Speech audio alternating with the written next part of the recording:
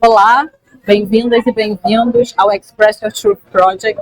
Hoje a gente começa uma nova série, Conversas sobre a Verdade, onde a gente vai conversar com os artistas convidados do projeto, falando também sobre o processo criativo das nossas séries, dos nossos vídeos, de tudo que permeia o Express Your Truth Project.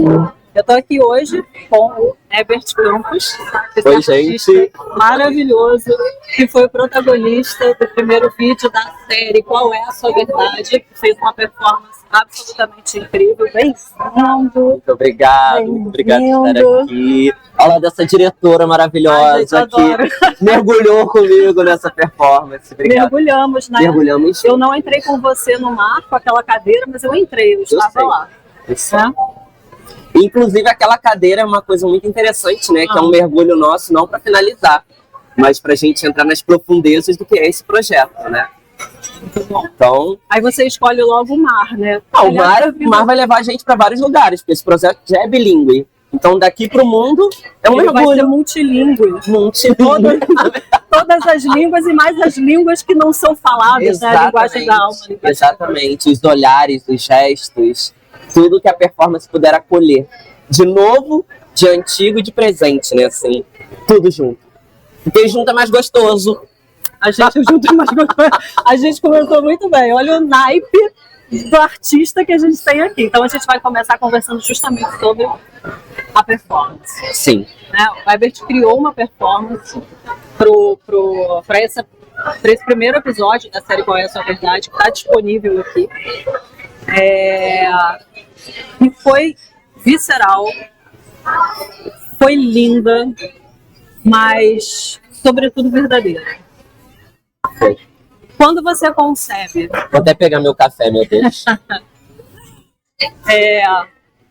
Quando você concebe a performance em 3 partes, começando no teatro, inserindo a sua relação com a sua religião, com a sua religiosidade, com aquela saia maravilhosa, terminando na praia.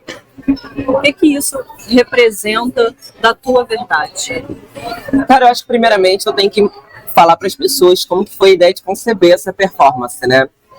Quando a Vanessa me fez o convite para participar da série, foi uma... Eu acho que assim, eu nem relutei, foi uma coisa tão interessante que eu falei, bora, vamos lá. Só que eu não tive dimensão do que seria, né? Do que como sendo um projeto muito novo. Acho que nem eu. A gente não tinha dimensão do que sairia daquilo ali, né? Eu confiei muito no seu trabalho. Falei, vamos nisso. E aí, a princípio, ela não era 3 blocos. Isso é uma coisa super interessante. É verdade. Ela foi se transformando em 3 blocos. Uhum. Ela era um projeto de um bloco único, onde a princípio eu ia performar com piano, cantando, que eu sempre fazia. E aí a gente não estava sentindo essa questão da entrega. Acho que eu cortei logo, né? Eu falei, não é isso não. Com piano não, eu quero você. E aí entra num lugar primeiro de insegurança pro artista, né? Poxa, principalmente pro artista que canta, nossa, vou performar a capela. Me bateu num lugar muito... Cara, o que eu vou fazer com isso? E aí eu fui pensando, eu vou cantar essa música, veio uma área de ópera, a princípio, verdade. que a gente queria trabalhar, que já tinha o mar, já tinha o oceano ali meio que definido, que ele falava de tempestades internas e externas, e de um navio que iria para o náufrago, né? Ele ia se perder nessa imensidão do mar. Só que por algum momento aquilo ali não me pertencia, não me refletia como artista. E aí eu comecei a perguntar, o que me reflete como artista? Quem eu sou? Eu acordo de manhã e eu já começo a escutar Caetano Veloso, Maria Bethânia, depois emendo numa área de ópera. Eu falei, é esse o artista que eu sou, é o que mistura. Eu tenho que encontrar alguma coisa que flua nisso. E aí nesse caminho, me veio 3 pontos de santo de Jaime Ovalle. Né? Primeiro veio a música. A música chegou antes. A música chegou antes. Aí veio Chariot, veio Aruanda e depois veio Estrela do Mar. Com isso, eu sentei. Eu lembro que foi muito engraçado, porque na primeira vez que eu sentei, eu botei um papel na minha frente para escrever a performance e não veio nada. Nada. Eu fiquei ali, relutando comigo. anotava várias coisas, copiando performance de outras pessoas, e não vinha. Eu falava, não, fulano já fez isso, eu não quero fazer, eu quero algo diferente. Eu quero diferente, não vinha, aí eu desisti. E aí um dia eu chego cansado do trabalho em casa, 9h30 da noite, dei aula o dia inteiro, tomei meu banho, sentei na poltrona, aquilo veio. Falei, cara, não. Download, né? Falei, não é agora. Não, tô cansado. Mas é assim que acontece, o processo criativo ele é caótico. Cara, aí veio no caos, catei um papel, comecei a escrever. E aí eu lembro que as primeiras palavras foram bloco 1, bloco 2, bloco 3. Eu defini em 3 blocos, porque eram 3 músicas, e eu queria 3 performances dentro das 3 músicas, né? E aí eu comecei, escreve, e eu não colocava os lugares, eu colocava coisas aleatórias. Tipo assim, semente, palco, cadeira, música. Palavras que eu ia mapeando o que eu queria fazer, mas eu não definia o que seria aquilo. Aí esse foi o primeiro momento, eu mapeei os 3 blocos. Depois que eu mapeei, veio o momento de realmente, o que é a música que vai entrar aqui, que já estava escolhida. O que essa música me transmite? Ah, transmite isso, isso, isso. Ah, então eu quero aqui. Aí eu começava a ligar os pontos, igual o polícia quando começa a procurar suspeito, que vai puxando os pontos assim no mapa.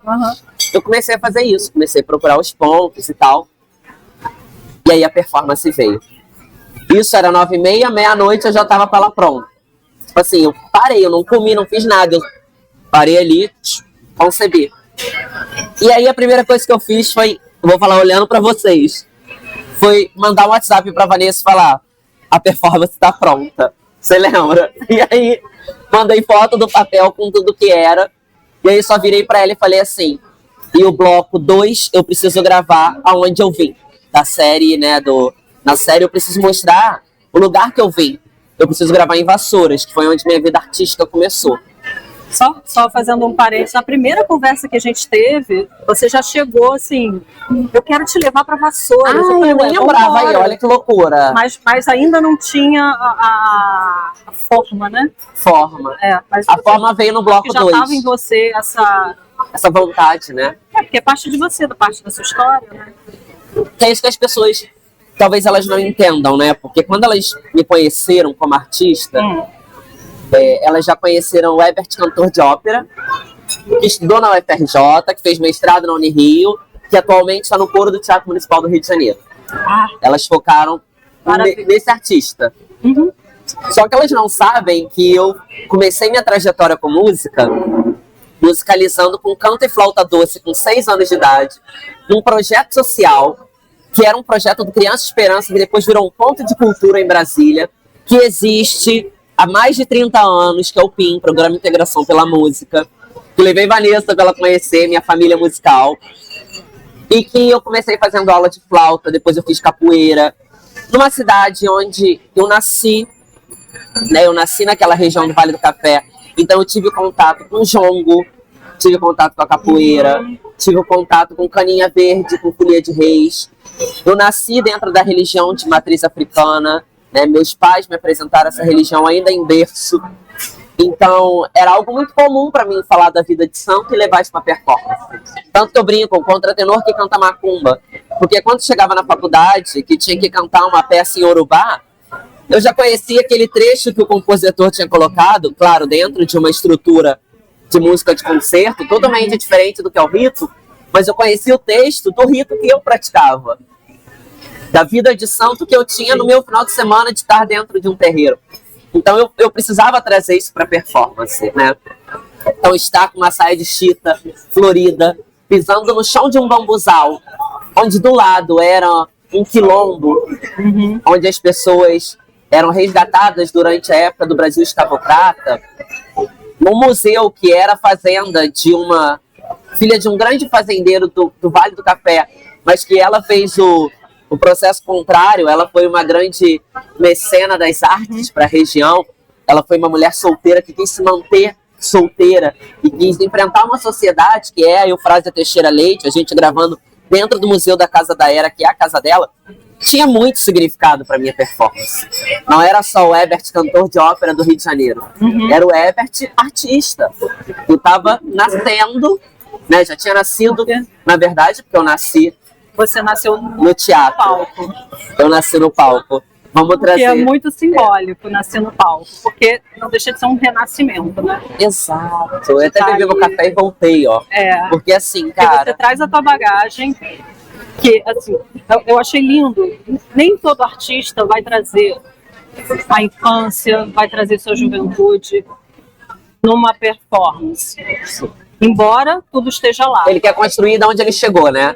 Ele quer chegar num lugar confortável e construir a carreira a partir dali. E não é de conforto que a gente está falando. Não. Essa série não é sobre conforto. Não é.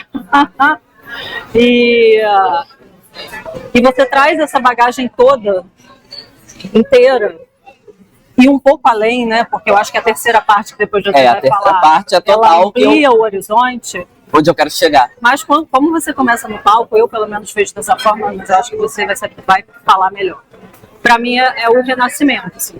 A gente renasce muitas vezes durante a vida. Eu acho que é um renascimento, sim, e eu coloco ali como semente, né? A performance ela é dividida em semente, fruto e mergulho, né?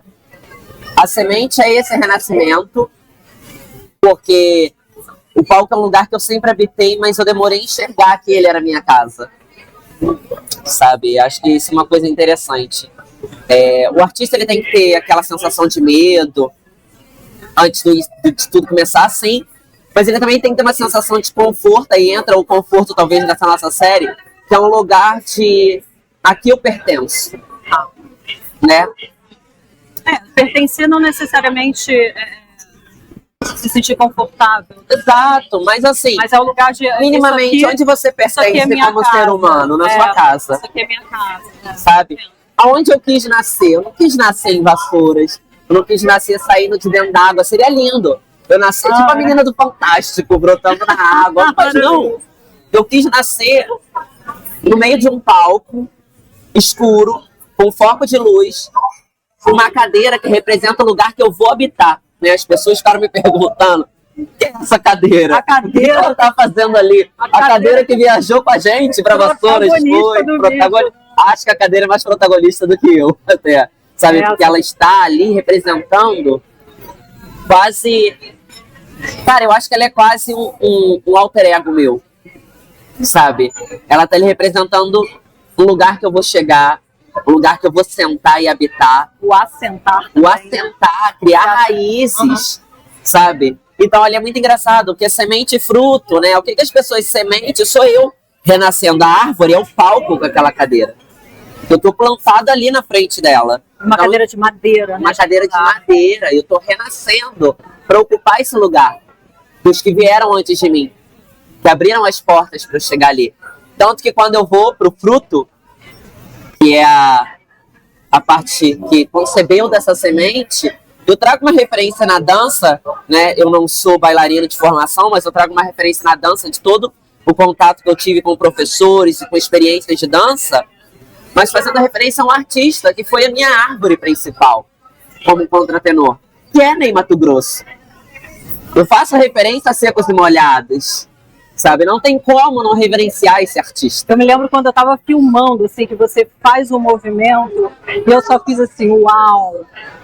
Isso vai ficar foda. Olha a Ney aí, né? Vi Ney ali, vi muitas referências. Não foi só você, olha que engraçado, várias pessoas. Você ali, fazendo a referência e a reverência, mas estava você.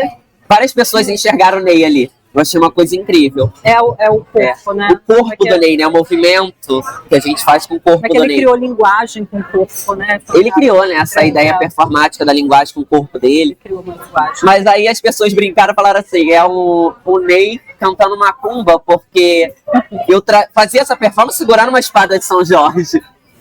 Então era eu ali, compreende?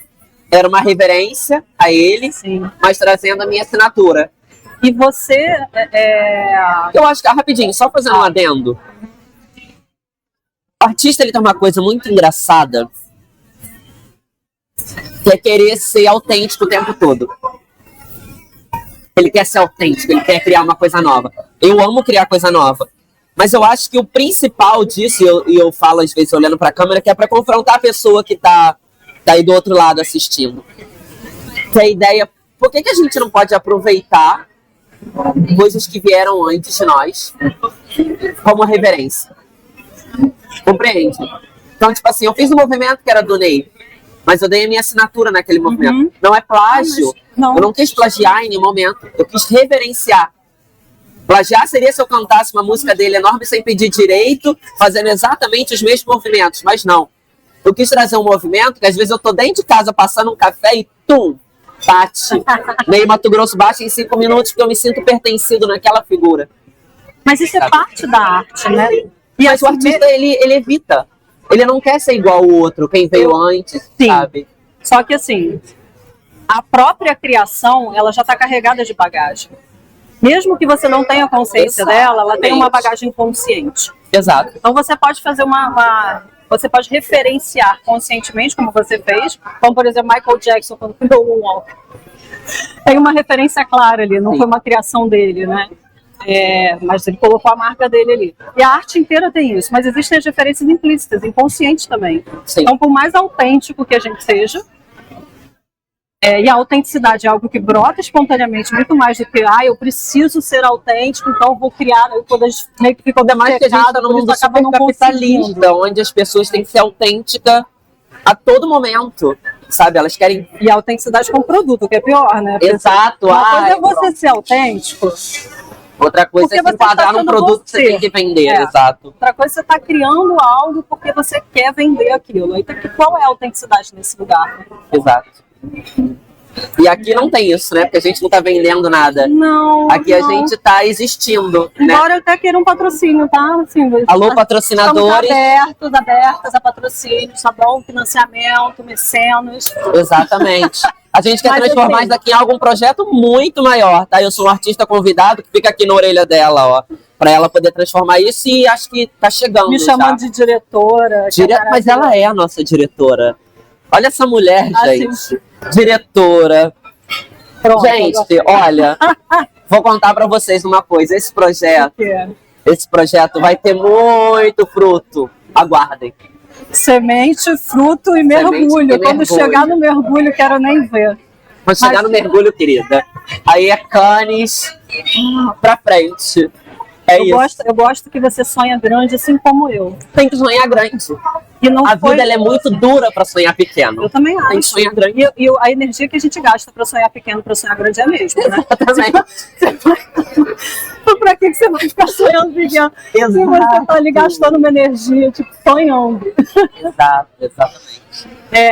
O que eu ia falar é que quando você coloca a tua marca ali, que é algo que você traz e que você trouxe na conversa que a gente gravou, mas que eu levei para o início do vídeo, que você se coloca como um artista, não apenas um cantor. E aí quando eu falo, você referencia o Ney, mas você coloca a tua marca, porque você se coloca ali como artista. Mas é difícil, tá? Então, vamos falar sobre isso, que eu acho que essa é uma discussão que faz parte da tua verdade, faz parte da minha. Sim. E acho que ela pode dar muitos frutos, mergulhos. Eu acho que é difícil, principalmente, porque eu sou uma pessoa de 29 anos, começando aí a minha carreira artística, terapeutizada, uma pessoa que faz terapia, tenta minimamente fazer uma terapia. Pelo menos faz, né? Faz, para poder entender essas nuances todas da vida, né, conviver com as pessoas em sociedade. Mas eu acho que o lado interessante disso é lidar com a sociedade, né? Porque quando você se coloca num lugar, e eu que sou um artista atuante no meio operístico, que é um lugar às vezes muito quadrado ainda, você se colocar num lugar de um artista com multifacetas é um lugar desafiador. E não só pela crítica, mas é um lugar muito desafiador pelos próprios colegas de trabalho, que às vezes te enxergam como algo prepotente. Então, assim, a gente tem muito isso, né? A pessoa tem que construir toda uma carreira de 50 anos, para quando ela fizer 50 anos, ela comemorar fazendo um lindo recital, não criticando. Lindo quem faz isso. Mas não me pertence. Eu cheguei num lugar como artista que eu já quero mudar isso com 29 anos, para quando chegar com 50, eu estar fazendo algo novo ainda. E porque você também está num processo de autorreflexão. Exato. De busca da tua verdade, de refletir e de sentir a tua verdade. Exato. Eu consigo enxergar Aí que eu sou cantor de ópera. Sabendo que isso vai mudar também. Exato, mas é essa mudança que é interessante. Eu sou um cantor de ópera porque eu tenho minha formação em canto. Faculdade, mestrado. Toda a minha pesquisa de vida, ela gira em torno da ópera, da canção, da música de câmara, né? Mas desde criança, desde sempre, nesses projetos, eu dançava. Posso não ser um dançarino de formação. Eu fiz teatro. Posso não estar fazendo só tablado. Mas eu estou lidando a todo tempo com as várias linguagens da arte. E seria muito egoísmo da minha parte querer ser um artista em um lugar só. Se eu já tive várias outras linguagens de comunicação, sabe? Então, assim, eu lembro quando eu comecei a escrever meus textos, porque tem 2 textos meus no performance, né? Do início e do fim. Bom, eu lembro que quando eu comecei a escrever, eu não publicava nada. Eu tenho lá em casa um caderno com todos eles, que eu escrevo. E todos aqueles textos são frutos de diálogos e conversas com amigos e com a minha própria terapeuta. Pós-terapia, escrevi um texto. Tanto que eu falo muito sobre amor na performance e nos textos, né? O amor apareceu, né? Não foi nenhuma coisa... Não, porque é algo que eu converso muito nisso. Na terapia, com os meus amigos. E aí eu achei interessante, porque a minha terapeuta me deu a chave de por que você não começa a levar esse texto para as pessoas. E aí foi uma coisa muito interessante que eu comecei a postar eles no Stories do meu Instagram. E eu criei um edit, pode falar as marcas? Pode, né? Pode, então, pode. Eu criei um edit no espaço, né? Ali não é um edit. Criei um destaque. Um destaque no Instagram, onde eu coloco esses textos. Mas não são todos os textos que eu escrevo que estão ali. São os que eu acho que as pessoas, né? Porque eu sou uma figura pública, podem ler e se sentirem pertencidos. E eu já tive vários retornos incríveis. Só que isso me batia num lugar de tipo, poxa, eu não sou um escritor. E aí bate num lugar interessante, porque eu tenho uma prima escritora. Eu tenho uma prima que já tem 3 livros, e eu ficava pensando nisso, tipo assim, meu Deus, ela vai julgar, meus amigos poetas vão ler essa... Sabe? E era mais engraçado, que eram as primeiras pessoas a comentarem. Meus amigos poetas, cara, que texto profundo. Minha prima, Ebert, que coisa linda, sabe? Então eu já começava... É que é uma coisa que a gente internaliza da crítica externa. Cara, a crítica tava aqui sabe? As pessoas... Eu tava pré-julgando uma crítica, uma questão de agrado, do capitalismo, de querer agradar todo mundo, que nem tava existindo. A mesma coisa veio na performance, né?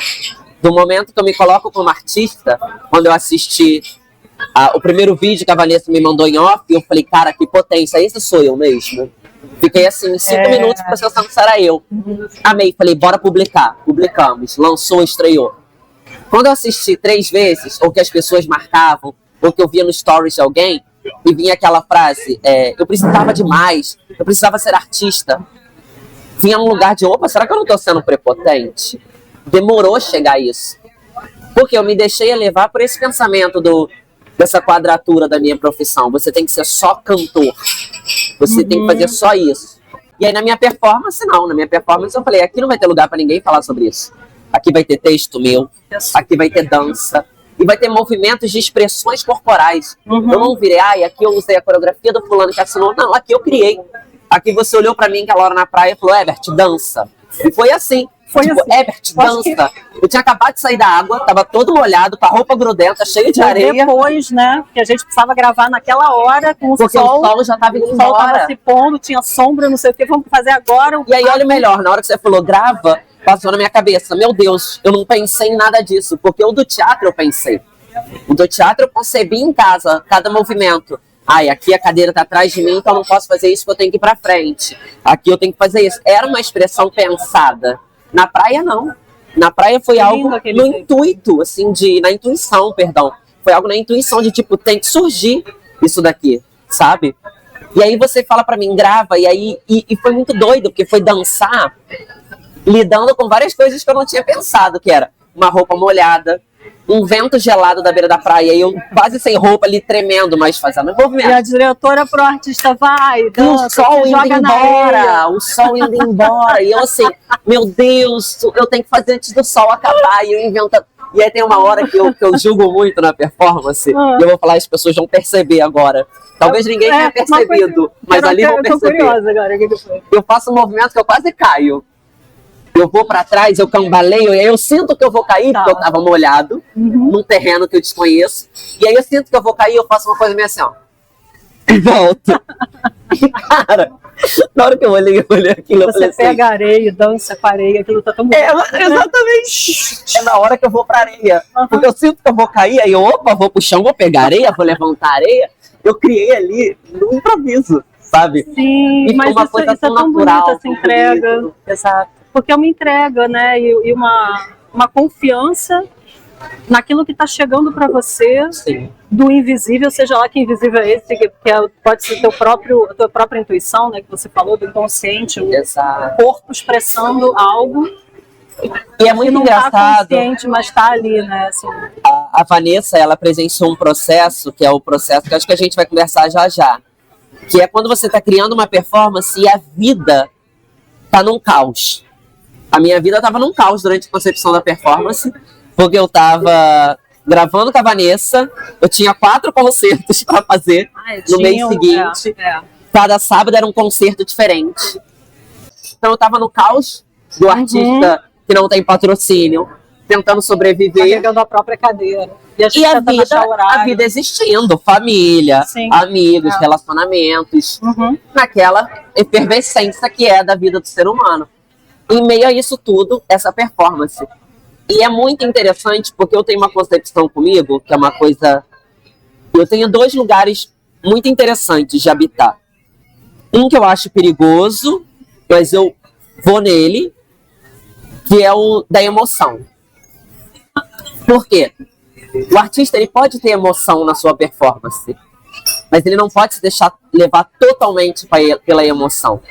Porque isso é perigoso. Senão acaba a performance. Senão acaba a performance. Tem um limite, tem uma limiar. Borda. Tem um limite nesse limiar. Tem uma borda também, né? Que é que você precisa chegar. E eu estava num lugar que nessa performance, em alguns momentos, a gente precisou parar e gravar de novo do zero, porque eu transportava esse lugar. Eu falava, não, opa, vamos de novo, esse take de novo. Porque eu transbordava nesse lugar, né? Eu ia para além do que eu poderia, né? E aí entrava num lugar muito interessante, que é um lugar que vocês não vão presenciar, talvez, mas foram momentos da performance do nosso vídeo que eu falei para Vanessa, esse eu não estou preparado de divulgar para as pessoas. Sim, tivemos momentos assim.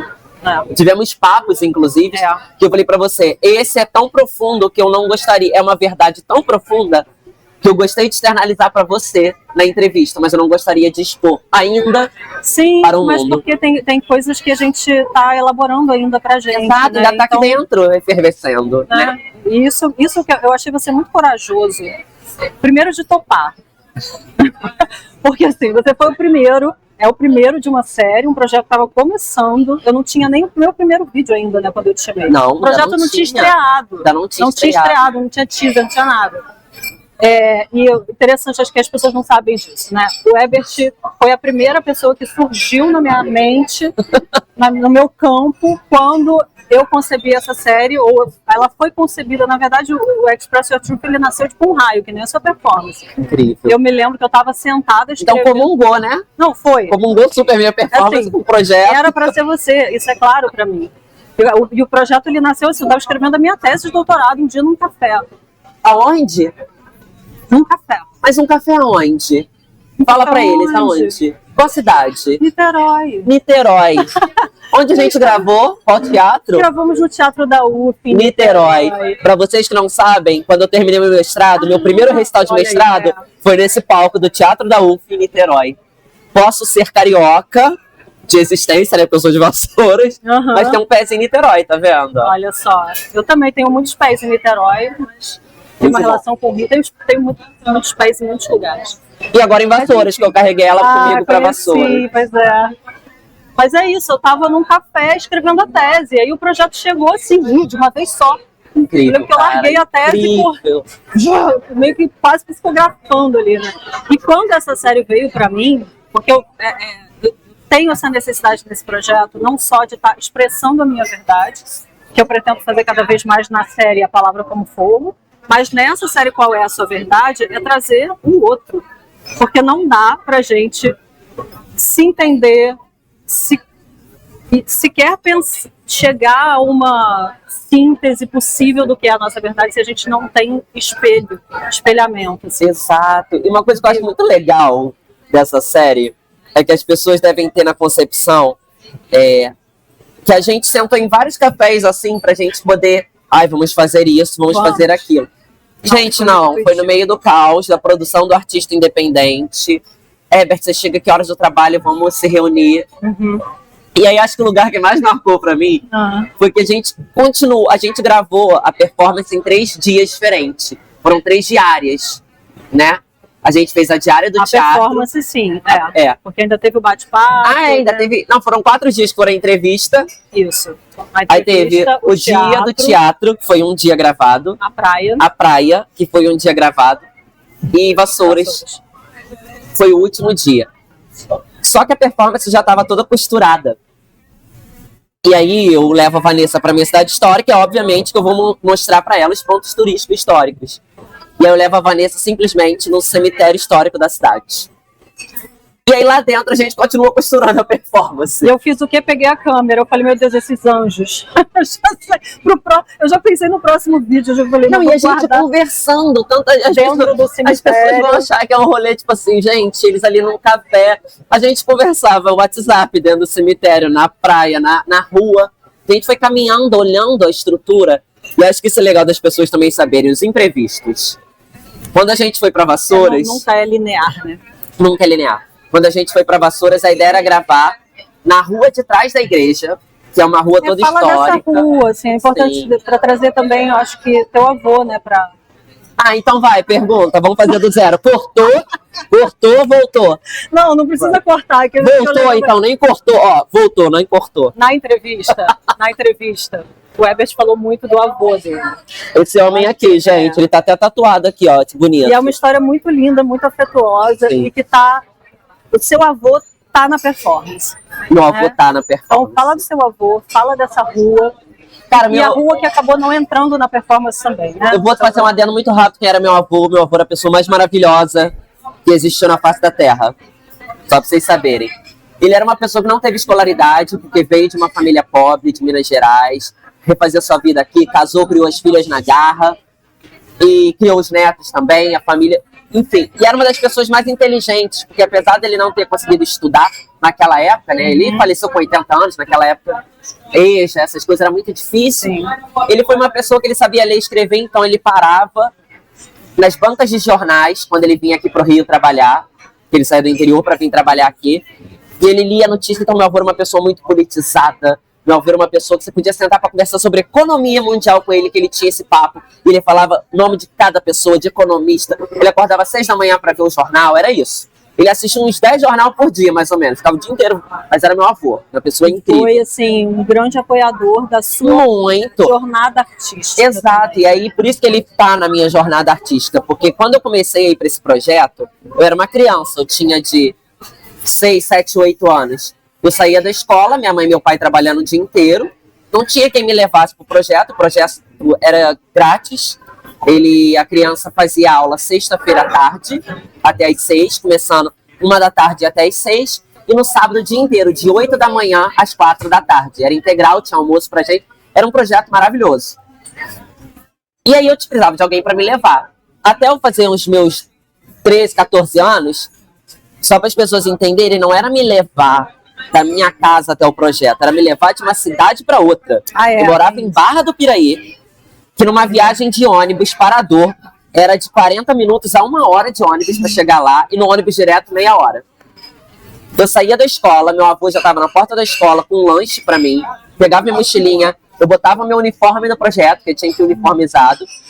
A gente entrava no ônibus, ele já não pagava passagem, então ele entrava comigo.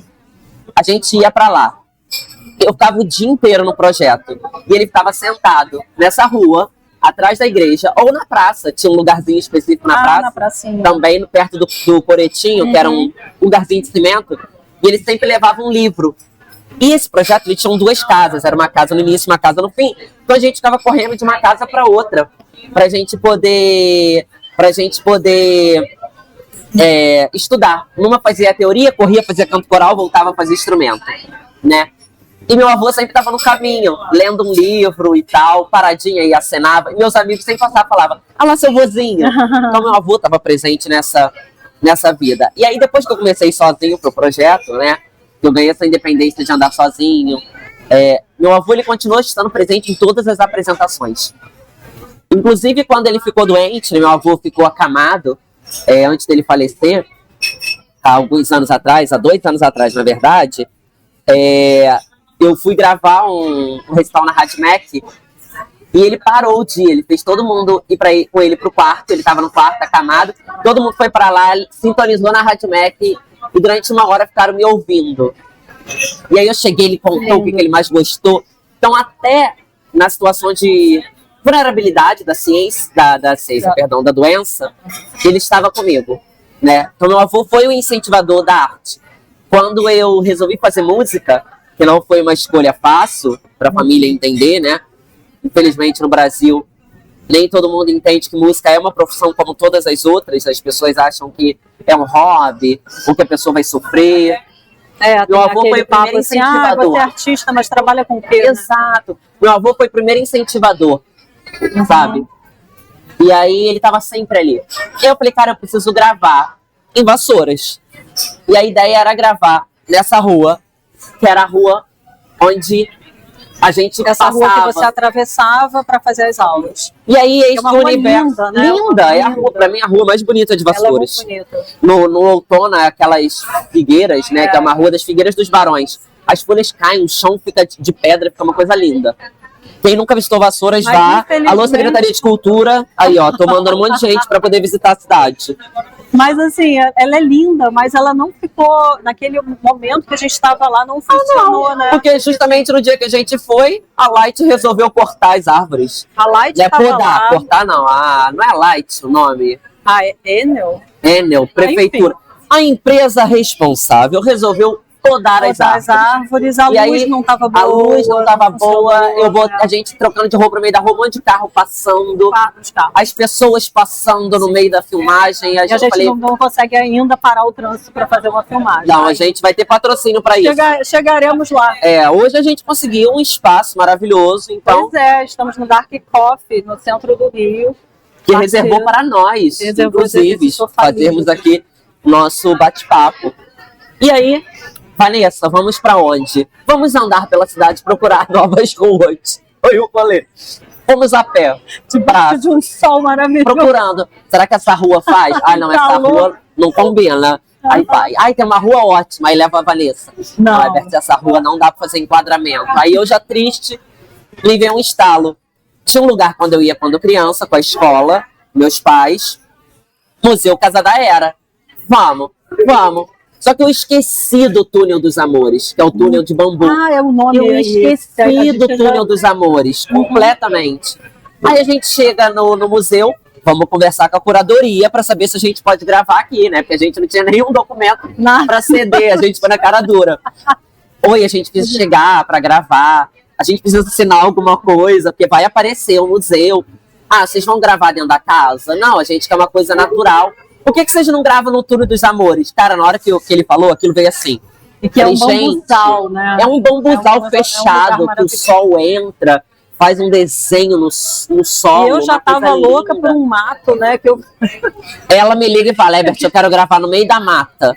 Aí eu falei, eu sou macumbeira, eu entendo. Vou gravar no mar, mas no meio da mata, Vanessa, mosquito, já fui pensando em 1000 coisas, né? Eu falei, tá. Que nos atacaram, inclusive. Que nos atacaram. Dá pra ver, inclusive, tá um momento que eu tô de costas, um calombo nas minhas costas. Da artista raiz. Gravou sem passar. Descalço, sem repelente. Eu segurando a câmera assim, me contando. Artista raiz. Esse daqui é próximo take na Amazônia. Isso. Maravilhoso. E essa mulher ainda vira e me fala assim, eu gravando a performance, e ela falou isso umas 10 vezes, tá? Agora eu vou expor ela aqui na frente de todo mundo. Meu Deus, o que eu falei? Se aparece uma serpente, mostra a sua mão aqui, ó. Se aparece uma serpente, eu pensando assim, vai aparecer cobra nenhuma, Vanessa. Aí eu tô dançando a ela. Nossa, isso ficou lindo por isso. Podia ter uma serpente. Aí eu falei, faz essa serpente por IA. Vamos botar uma IA. Eu tô buscando uma serpente pra filmar, ó. E era um lugar que com certeza uma serpente queria habitar. Ela com certeza queria morar naquele bambuzal. Eu já fiquei assim, cobras, onde vocês estão? E eu, ao contrário, meu Deus, eu tô dançando, mas não posso pisar na cobra. Aqui, ó. Cadê? Tem cobra no chão? Elas não tem ficaram protegendo a gente ali, ó, só na encolha, só olhando. Foi. Mas, ainda bem que não apareceu nenhuma cobra, senão eu ia performar uma cobra. Não, vamos a cobra parada e rodando em volta dela. A gente estava protegido ali. Quando eu vi aquele bambuzal, eu falei... Aquele sol, que era o desenho daquele sol invadindo o bambuzal. E era o sol do sol a pino, né? Sol a pino, nem sempre 11, quase meio-dia. Nem sempre é fácil gravar no sol a pino, né? Mas e tem coisa interessante aquela imagem, aquele sol entrando em você. O sol a pino trouxe coisas na câmera linda. Foi. Inclusive, tipo assim, tem momentos que a gente está assistindo de movimento que devido ao sol a pino, a imagem ela não foca e fica lindo. Sabe? Fica lindo. Assumiu não focar em alguns momentos. Cara. E esses momentos que a luz, porque assim, não era o sol a pino numa praia. Não. Né? Então ali a luz tinha por até onde... porque a praia foi o findar do dia, né? E que tinha a ver com a performance, exato, né? Porque aquele momento do bambuzal é um momento de ápice, por isso você chama ele de fruto. Exato. Tanto que é o momento mais... realmente o momento mais momento mais alegre, né? Porque assim, na história que a gente tem Chariot no início, né? Que traz uma coisa muito intimista do artista, cantando em Yorubá. E você tá ali nascendo. Uma semente nascendo. E aí depois vem uma música que vira e fala Viva. O guia é a entidade, né? De Vovó Nega de Aruanda, que me apresenta, né? Ela traz essa ideia que traz meu pai Ogum. Para quem não sabe, Ogum, né? O orixá, Ogum, sincretizado como São Jorge, tão importante para os cariocas e para tantas outras pessoas, é um santo que eu venero muito, de família. Meu pai era muito devoto de São Jorge desde sempre, então eu cresci sendo devoto de São Jorge também. E depois, quando eu fui me batizar, que você entra na minha religião, tem um orixá que te guia no seu caminhar. E eu descubro que é o Ogum, o Senhor dos caminhos, das estradas, da coragem. E eu falo, gente, vovó me apresentando meu pai, né? Quem é esse guia que ela fala? É meu pai. Não dá para eu cantar com tristeza uma pessoa, um guia, eu falo uma pessoa que para mim é um lugar de pai mesmo. Que na minha fé me protege todo dia. Sabe? Esse guerreiro que me ajuda a matar tanto dragão, não dá, cara. E aí, bora dançar, bora ser alegre. E aí eu trago essa ideia alegre, né? Trago também uma ideia muito de reflexão, porque o Ogum é Senhor dos caminhos e ele me fez caminhar em muitos lugares que eu achei que eu nunca poderia habitar. Vamos falar disso, porque eu queria trazer a questão da saia, a questão de gênero, aproveitar, falar sobre algo que é tão importante para você, né? Sim.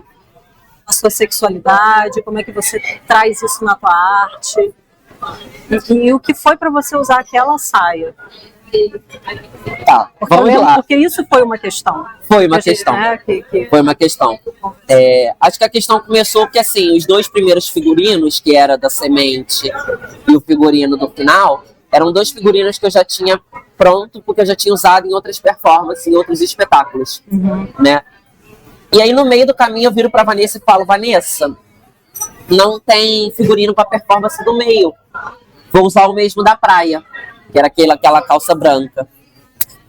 E aí, alguma coisa me batendo. Que eu precisava de um terceiro figurino.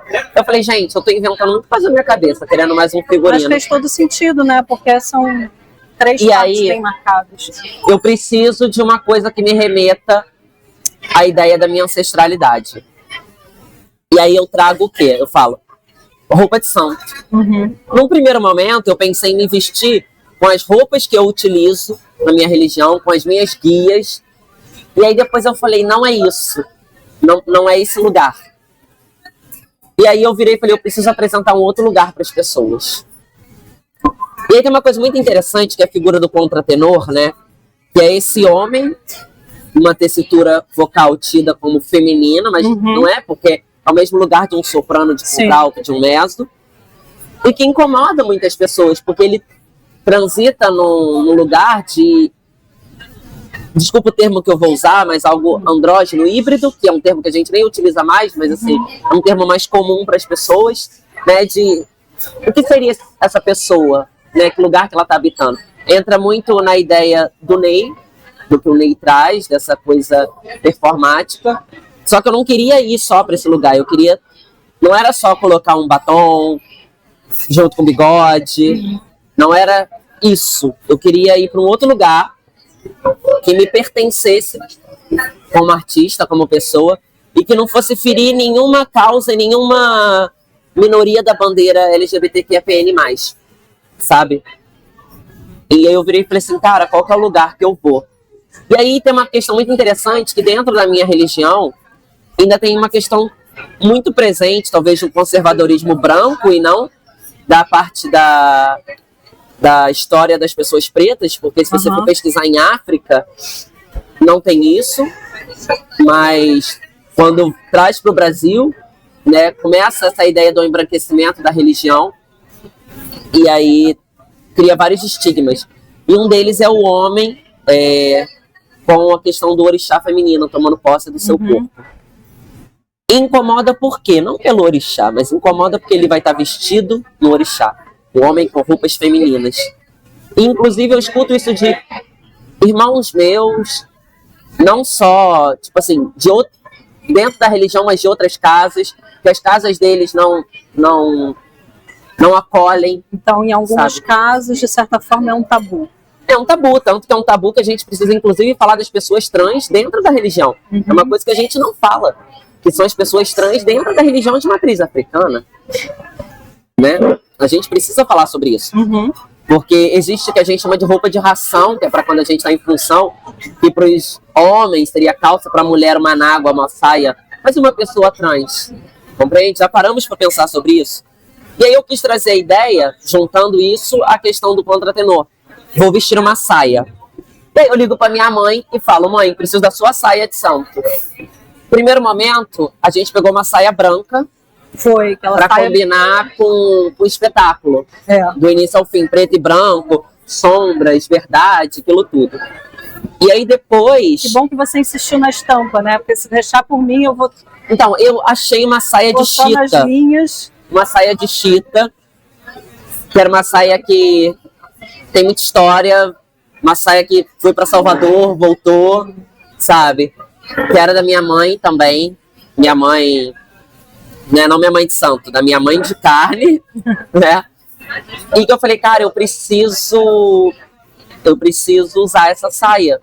E eu insisti com a Vanessa, ela falou, Herbert, colorido, é complicado, por causa da questão de trabalho. Eu lembro que na rua não tinha funcionado. Na rua não tinha funcionado. Saia não...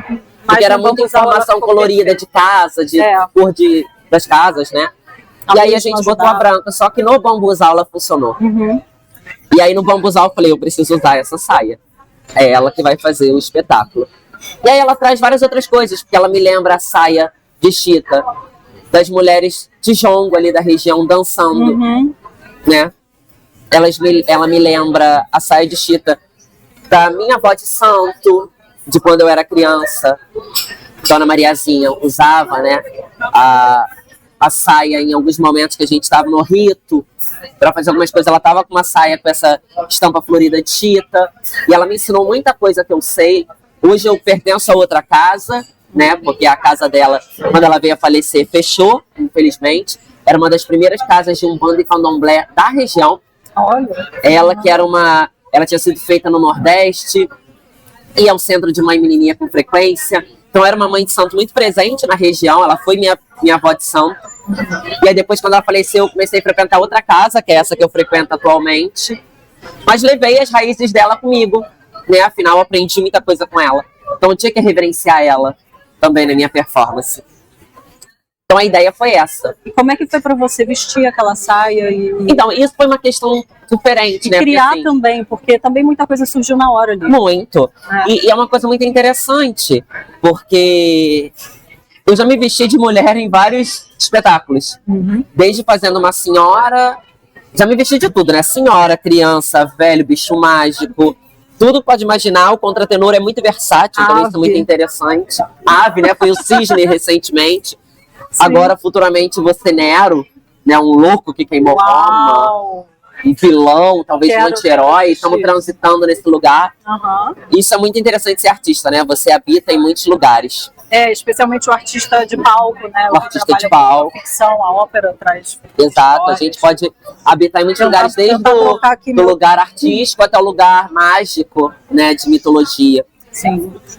E aí, eu coloquei aquela saia, mas era um lugar diferente de eu me vestir de mulher no teatro. Sim, imagino, então. Que até lugar porque, é esse? E o que ele representa para você? Até porque, assim, no take a gente fazia esse take, né? Da perna, o pé com a saia. As pessoas talvez nem soubessem que era eu de início, que a gente soltou essa imagem primeiro. Foi? Foi.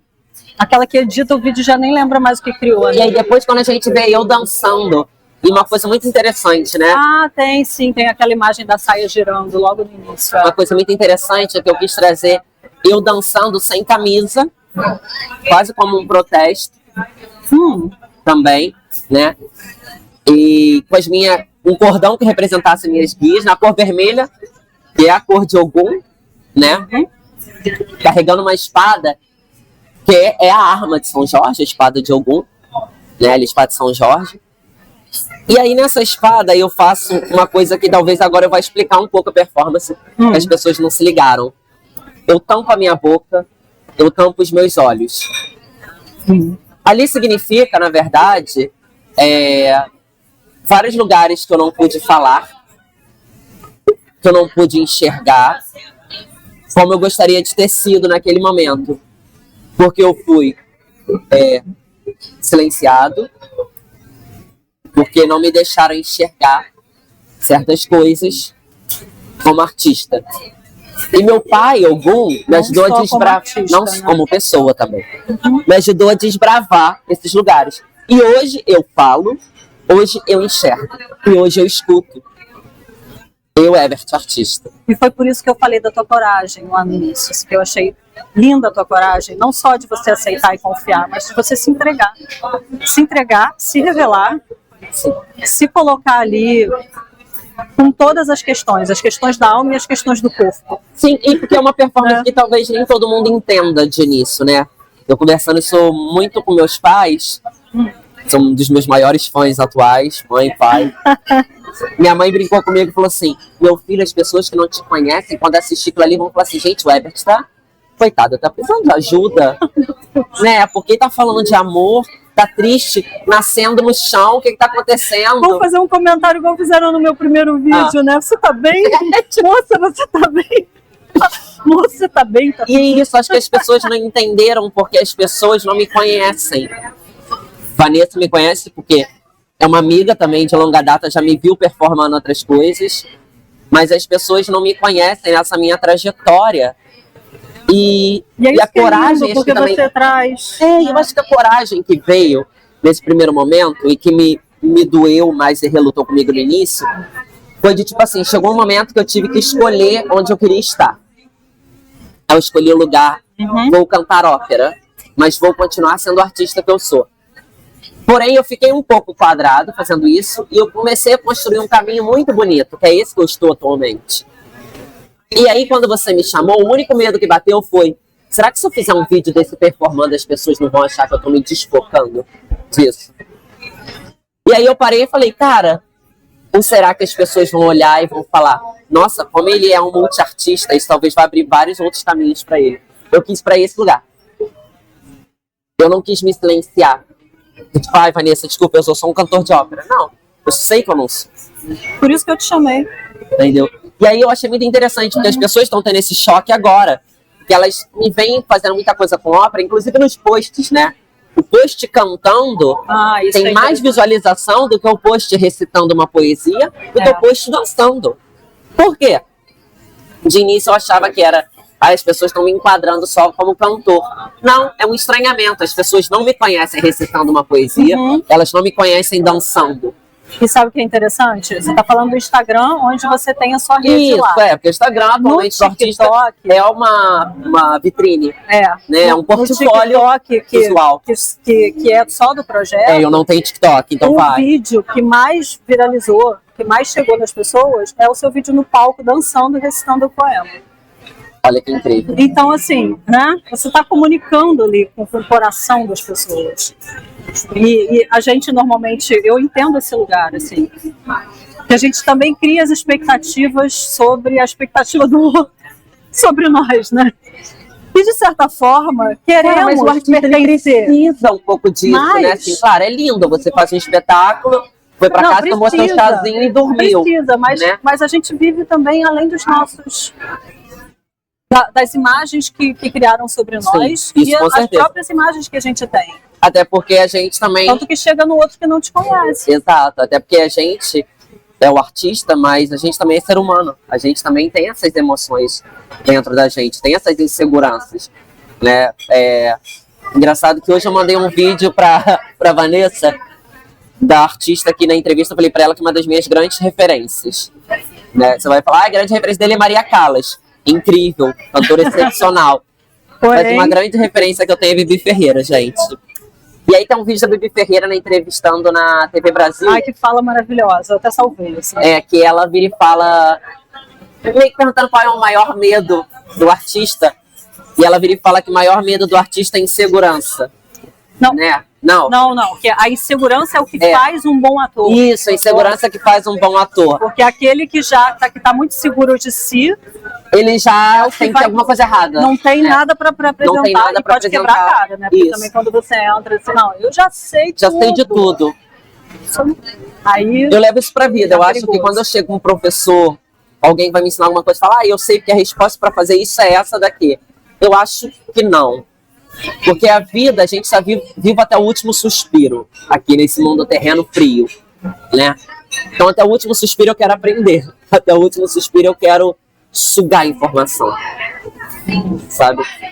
E eu acho que essa coisa de... E isso é muito engraçado também, porque isso diz sobre o artista, que nisso que a gente tá falando, de, eu sou só isso. Uma pessoa que fala que ela é só aquilo, ela não se permite nem aprender com a vida. Ela já se limitou, ela já se colocou na caixinha, né? Aí a palavra nicho, que se usa muito hoje em dia, né? Eu acho qual nicho você Qual nicho você pertence? Eu não sou de nenhum nicho, eu sou do ninho. Eu nasci, ganhei asas e tô voando. Esse é o rolê. Eu sou do ninho, porque eu achei engraçado porque eu fui cantar tem 2 semanas num desses concertos. Na hora que eu terminei de cantar, a menina virou pra mim e falou assim, você é um colibri. Olha, muito obrigado. Sou um colibri, tô aí cantando pelo mundo. E você fala de asas no primeiro poema, né? Total. Minha asa é minha voz. É ela que vai me fazer voar pra onde eu quiser ir. Compreende? Eu acho que é muito isso, assim, né? Mas eu acho que é tua voz, porque realmente sua voz é incrível e você, né, tem um aprofundamento. Engraçado, eu não acho esse rolê da minha voz incrível. Eu acho que... Tudo bem, eu acho ótimo que você não acha. Não, mas eu acho ela uma coisa interessante. Mas pode achar. Eu acho ela... Mas você vai além também, você é corpo. É isso que eu acho incrível na minha voz. E você vai falar, eu não acho... Acabei de falar que eu não acho incrível, né? O que eu acho é o diferencial dela. É tipo assim, você fecha o olho, o que tá acontecendo? Eu gosto de causar o estranhamento. Eu gosto de chegar no palco... Daí eu tô ali, as pessoas me veem vestido. Mais uma parte da verdade que não tá aí lá. Não tá lá. Não, mas tá. Eu já venho com looks diferentes. Quem me conhece sabe que eu não sou o convencional que canta de blazer e calça. Eu já venho com look, vou botar um corset, vou botar uma gola, uma manga, vou botar bijuteria, joias. Eu não sou nada mínimo. Desculpa, eu sou super maximalista. Amo cores, sabe? Amo. Um preto básico também é super bonito, mas eu encho de dourado. Aí eu chego no palco, a pessoa já faz assim. Nossa, que poder. De onde vem? E aí eles esperam que vai sair uma voz assim, que eu tô tentando fazer aqui, né? E aí sai uma voz assim. E aí a pessoa vai assim, tum. Cara, aquela reação da pessoa quando ela faz... É o que me dá o gás pra eu continuar o espetáculo. Olha, que confissão! Que confissão, porque é no estranhamento dela que eu tenho a minha força. Eu falo, que interessante. Pronto, ela já teve o estranhamento dela, agora eu posso caminhar. Sabe? E olha que é uma coisa, eu vou contar pra vocês uma coisa muito interessante. Eu fui fazer um concerto sobre canções latino-americanas. E esse é um repertório que ele é muito politizado. E a gente sabe que muitos países nossos aqui, teve durante a ditadura latino-americana, uma postura muito forte de dois partidos, né? Que a gente tem, que é a esquerda, direita, centro-esquerda, centro-direita. E uma dessas peças que eu cantava era uma peça muito, muito, muito politizada. Muito. Assim, que falava, vamos juntos caminhar, né? E eu botei ela pro final do concerto. E nesse concerto, eu fiz uma fala, que era o poema de Ferreira Goulart, lindo. Também é bem politizado no final, assim, ele faz uma frase, somos todos latino-americanos. Né? E na hora que eu terminei de cantar, um rapaz veio me abraçar e ficou muito impactado com a minha voz, agradeceu o concerto, falou sobre a questão, nossa, sua voz é muito única e tal, aí a gente, muito obrigada e tal, a música que você cantou, muito bonito, e foi embora, me elogiou e foi embora. Na hora que eu vou conversar com outra amiga minha que tem uma opinião política diferente da dele, ela falou, menina, esse cara tava lá fora enfervescido falando sobre política. Eu saí até de perto pra não brigar com ele. E aí ele vem me elogiar com a minha voz e com uma música que é contra a ideia que ele tem de política. E olha que incrível arte feita pra confrontar. Confrontou ele, mas ele não perdeu o respeito comigo. Sabe? Ele não perdeu o respeito com a minha pessoa, com a minha voz. Ele poderia ter chegado, levantado e ter saído do concerto. Que é o mínimo, mas ele né, ficou até o fim. Sim.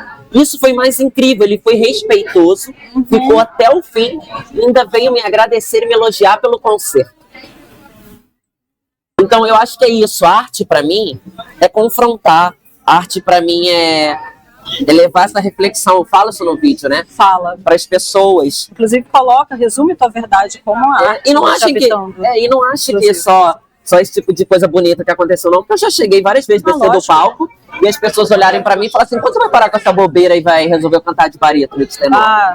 Já tive você só canta com essa voz de mulher ou você também canta com essa voz de homem? Nossa. Então assim, eu já tive isso e às vezes é péssimo porque a pessoa fala assim, rindo, tipo, você canta com voz de homem também? E aí eu tenho que reagir, tipo, essa é minha voz. O que é uma voz de homem? Aí, mais uma vez, vamos falar sobre gênero dentro do meio da música de concerto? Vamos falar sobre voz. É toda divididinha, né? Eu acho que já é a hora da gente começar a dialogar. Mas na Itália, na Alemanha não se fala. Se fala sim. Pode não ter a mesma força, que a tradição ainda tem. Mas se fala. Porque a gente está em pleno século XXI, gente. Não tem como a gente ficar parado no tempo. Não. Está parado demais em alguns lugares, em algumas instituições. Exato. Está congelado. Alguns lugares ainda está muito tradicional, por que não tem público? Por que a coisa não se renova? Cadê a conversa com o mundo contemporâneo, né? Isso que eu ia falar. Você pode super continuar fazendo as suas montagens tradicionais, até porque eu acho que é necessário fazer algumas montagens tradicionais, principalmente falar são históricas e tal, até para quem quer se transmutar para aquele tempo, vivenciar um pouco daquilo em meia hora, 1 hora, 3 horas de espetáculo. Sim, experimentar a obra como ela foi criada. Como ela foi criada, exatamente. Mas também é interessante você abrir esse palco para novas expressões artísticas, mais modernas. Você pode não querer ir, mas pelo menos você tem que se permitir a respeitar. Eu acho que é o primeiro ponto. Sim. Porque se você quer colocar pessoas jovens, como você falou, você quer fomentar uma nova plateia, você tem que fomentar também uma nova estrutura. E essa estrutura ela tem que minimamente ser acolhedora, ela tem que ser empática e respeitosa. E ela tem que ser, principalmente, acolhida pelos órgãos estatais e governamentais. Né? Eu acho que quando chega numa esfera governamental, que é uma esfera de última fala, talvez, né? A partir disso é crime, as pessoas respeitam. E aí a gente vive uma democracia. A gente está falando de cidadania. Exato, né? De cidadania. inclusão. Então, assim, acho que esse lugar, Cidade. todo mundo deve pertencer a um espaço, a um espetáculo. E assim, se a gente pensar que o que a gente chama de tradicional hoje, um dia foi uma ruptura? Tem uma frase que eu acho ótima, que é o tradicional de hoje foi revolucionário do passado. É isso. Então, você pode compreender, como você falou, continuar fazendo as montagens tradicionais por uma perspectiva histórica, né?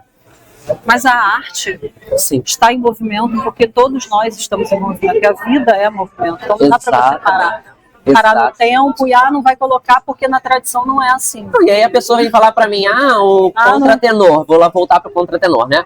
O contratenor... E aí entra num outro lugar mais interessante ainda. É tipo assim, porque aí você sai dessa divisão da voz feminina e da voz masculina. Você fica no meio do caminho. X, Y e Z. Você fica no meio do caminho. Mas é uma coisa muito interessante, né? Porque quando as pessoas vêm falar pra mim o contratenor, mas é porque você não é o castrate. Graças a Deus, que a prática da castração acabou no século XVIII. Muito bom. Aí no século XIX o contratenor some.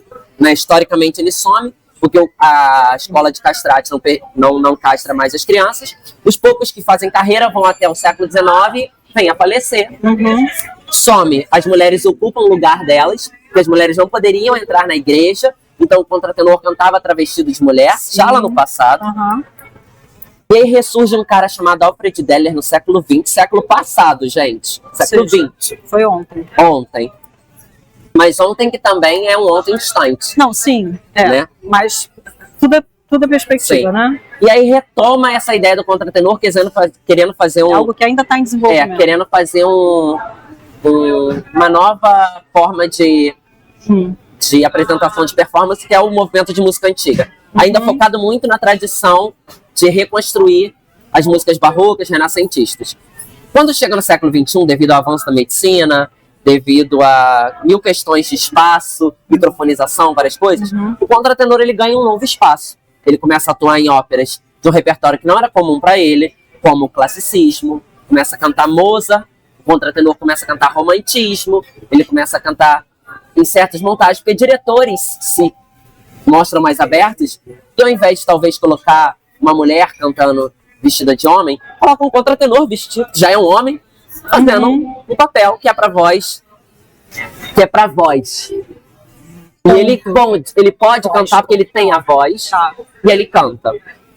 Funciona, legal, vamos por esse caminho. Né? E aí é uma coisa muito interessante, porque essa quebra de ruptura fala sobre a voz do contratenor no futuro, para onde nós estamos caminhando. Um exemplo disso é que assim, eu comecei minha carreira profissional cantando óperas, cantando música barroca e cantando vários outros repertórios. Mas o que me fez ficar reconhecido foram 2 trabalhos principais, né? Meu primeiro é minha pesquisa de mestrado, que eu trago a canção brasileira do século XX, que é um repertório não feito por contratenor, e eu trago para cá, eu trago para esse espaço. Para esse lugar do contratenor. Isso, porque já tinha contratenor na Europa gravando canção brasileira, mas não tinha contratenor brasileiro gravando seu próprio repertório. Então eu trago para esse lugar. Por que a gente não está fazendo? Qual que é essa síndrome que a gente está vivendo que não está deixando? Então eu trago para esse lugar. E o segundo, que é a primeira ópera, né, que eu faço, que me faz estrear na cena lírica como um cantor profissional, é Rusálica, de Dvořák, que é um romântico pós-romântico, na verdade. E aí eu faço um papel de um menino cantando. E foi o boom, assim, na minha carreira, talvez, aqui no Rio de Janeiro, né? Mas acho que numa esfera brasileira operística, né? Nesses últimos 3 anos atrás, que me impulsionou para outras obras na qual eu estou caminhando ao longo do meu tempo. E recentemente, na montagem do Bruno Fernandes, uma pessoa maravilhosa, que eu amo, que me colocou de drag em Carmina Burana, cantando um papel que normalmente o contratenor canta, que é um papel de tenor, mas que o contratenor também faz, que é o cisne. E me colocando de drag, performando naquele espetáculo, pertencendo mais uma vez. Então, assim, a gente está reconstruindo um lugar. Talvez um novo contratenor está chegando. Não eu, na verdade, novo contratenor. Construindo o lugar do contratenor no século XXI. No século XXI, não eu, contratenor Ebert. Sim. Mas o time de contratenores, de sopranistas, mesmo sopranistas não sendo contratenores, né? Sopranista é uma coisa, contratenor é outra, é bom a gente deixar isso bem separado. Mas a gente construindo esse espaço que lida com corpos, que lida com vozes. Posso talvez ser muito audacioso e falar que é um espaço queer dentro do meio da música de concerto, né? E que a gente tem que habitar, a gente tem que conversar sobre. Rompendo essa estrutura que a gente tem... Binária. Histórica, binária. Entende? Estritamente binária, né? E que é uma coisa muito interessante, que durante muito tempo a igreja tentou deixar a mulher de longe e essa estrutura, e aí agora tem outras coisas além disso que não deixam essa estrutura habitar. Mas é isso. Essa estrutura binária, ela sempre vai existir. Sim. A arte, ela precisa confrontar isso e trazer novos espaços de olhares. Trazer o mais, né? Acho que é a arte que vai trazer o respeito para essas pessoas entenderem que aquilo ali tem total poder e validação, como a arte deles também. Que é parte da história da arte, né? Parte da história da arte. A arte... Assim como a língua se transforma, a arte também se transforma. Sim, mas eu vejo assim que de todas as expressões e todos os espaços humanos, o espaço da arte, ele é um espaço que acolhe, Sim. Muitas vezes, primeiro, aquilo que está brotando na sociedade, os temas que estão surgindo, Exato. As questões que estão aparecendo. Mesmo que dentro de alguns núcleos artísticos ainda seja difícil, é ainda na arte. Sim. Que muita coisa é possível, que muitas pessoas conseguem habitar. Veio uma coisa aqui na minha cabeça que é muito interessante. Eu não estou falando pra gente ter uma quebra de tradição, assim, de precisa recomeçar do zero. Eu acho que a gente pode ter uma flexibilização para que a arte contemporânea, vou colocar como contemporânea porque é essa nova estrutura, né? E a tradição conversem de forma amigável.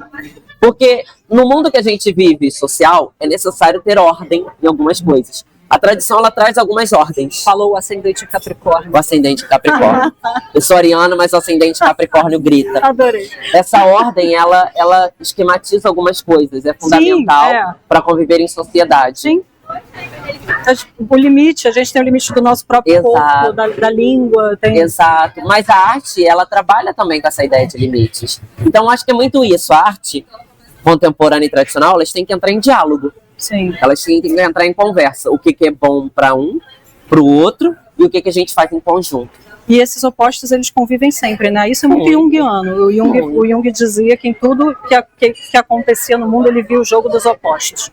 Então não dá para você falar em limite sem falar no não limite. Não dá. No ilimitado. Não dá para você falar em equilíbrio sem falar em desequilíbrio. E eu, como bom cantor que era escuro, eu amo essa ideia da sombra e da luz e da sombra. Porque uma coisa não existe o contraste, né? Se você não tem, se você só tem o limite, o que é o limite? Não é nada, né? Você precisa desse. Mas você acredita? Não tô indo até além agora, né? Num diálogo, você falou, num diálogo entre a tradição, porque eu acho que isso vai ser sempre conflituoso e é o conflito que vai trazer acredito. Bem, vou falar por uma experiência minha. Deixo aqui que é uma experiência estrita do Herbert Campos contra tenor. Eu consigo tranquilamente transitar entre um espetáculo que eu, Herbert, cantor, que eu consigo fazer um personagem super binário, como vai vir agora Júlio César, apesar da gente saber que, de acordo com muitas histórias, ele talvez não fosse tão binário assim, né? Mas de fazer um personagem, uma ideia... Herbert, aqui eu preciso que você seja extremamente masculino na ideia masculina que a gente tem na sociedade padrão. E aqui você pode ser mais livre. Eu consigo transitar nesses dois lugares. Eu consigo enxergar. Até porque primeiro tem uma questão artista monetário. Eu assino um contrato e o diretor ele vai me dar a concepção dele e eu vou atuar naquela concepção. Claro, construindo o meu personagem, mas atuando numa concepção que ele traz, já pronta, da cabeça dele. Né?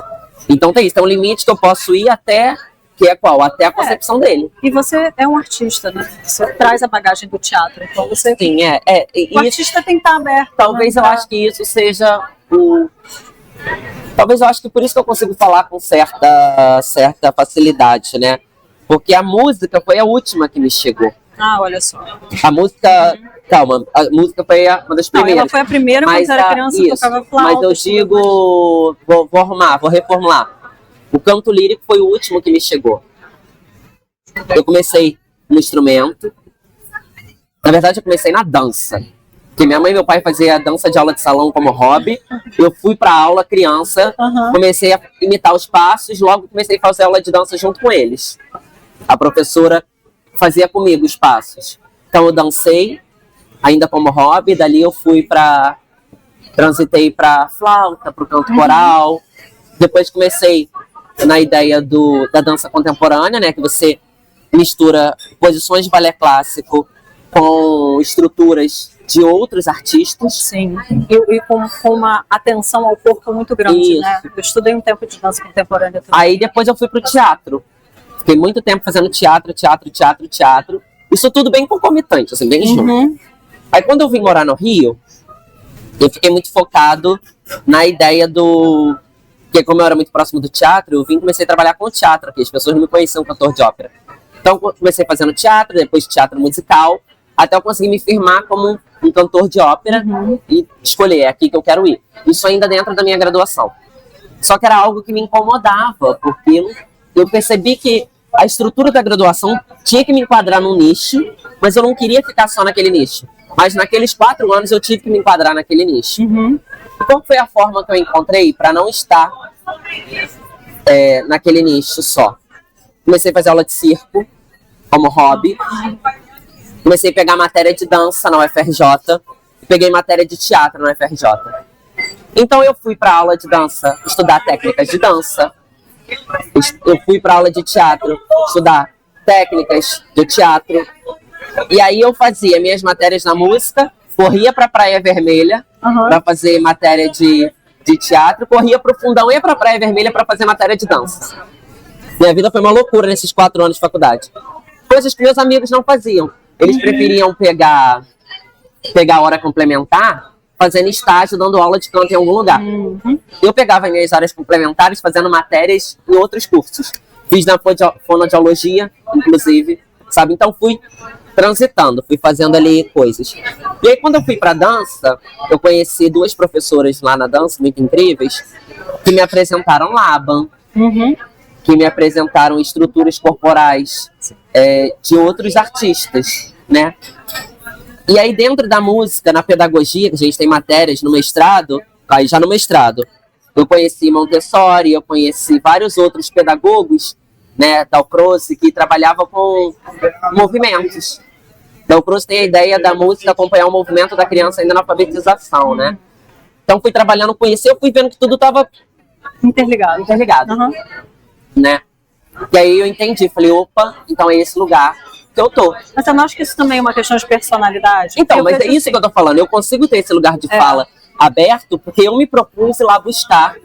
Mas porque é um desejo da sua alma. É um desejo meu. Você precisa beber de várias fontes. Talvez as pessoas que não precisem beber de várias fontes achem tão estranha essa minha fala, essa minha performance.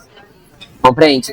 Porque para elas é suficiente só aquilo. E tudo bem. Não, e tudo bem. É lindo. Ok, mas para mim não seja o melhor nisso que você está se propondo a se fazer. Para mim não é. Se é só isso, se é só cantar, eu sempre gosto de botar o só entre aspas também. Que, né, tem gente que consegue coisas fantásticas fazendo uma coisa só.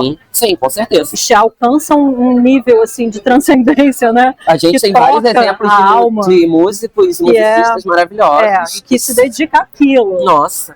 Que a gente às vezes para na plateia, fecha o olho só para ouvir, é incrível, transmite várias coisas. Mas tem as pessoas múltiplas, que eu acho que essa sociedade do nicho, né, que a gente vive, que a gente se especializou tanto e separou tanto, que é muito difícil agora para as pessoas mais multipotenciais ou múltiplas existirem. Sabe o que eu acho que é interessante? O que une essas duas pessoas, elas terem verdade. Não, exatamente. E se assumirem. Então, por exemplo, ela virar e falar, eu já que ela quer bater nessa tecla, que ela é só isso, não, eu sou performer Ah, eu sou músico, eu sou pianista, eu sou cantor, sabe? Ela se colocar nesse lugar. Eu assino como artista. Se colocar profundamente, então vai, né? Aceitar então e vai, se entrega. Eu assino como artista. Sim. No meu currículo, eu parei de colocar que eu era cantor. Por livre e espontânea pressão de uma amiga, nossa amiga em comum, não vou citar o nome, mas é uma amiga em comum, nossa, que virou pra mim um dia, eu saí de uma apresentação, virou e falou assim, você tem que tirar cantor do seu currículo. Porque vinha no meu release. O cantor lírico, ela tem que colocar o artista, que ela foi assistir um espetáculo multifacetado meu. Ela falou, você não é só cantor, você fez 1000 coisas, tem que botar artista.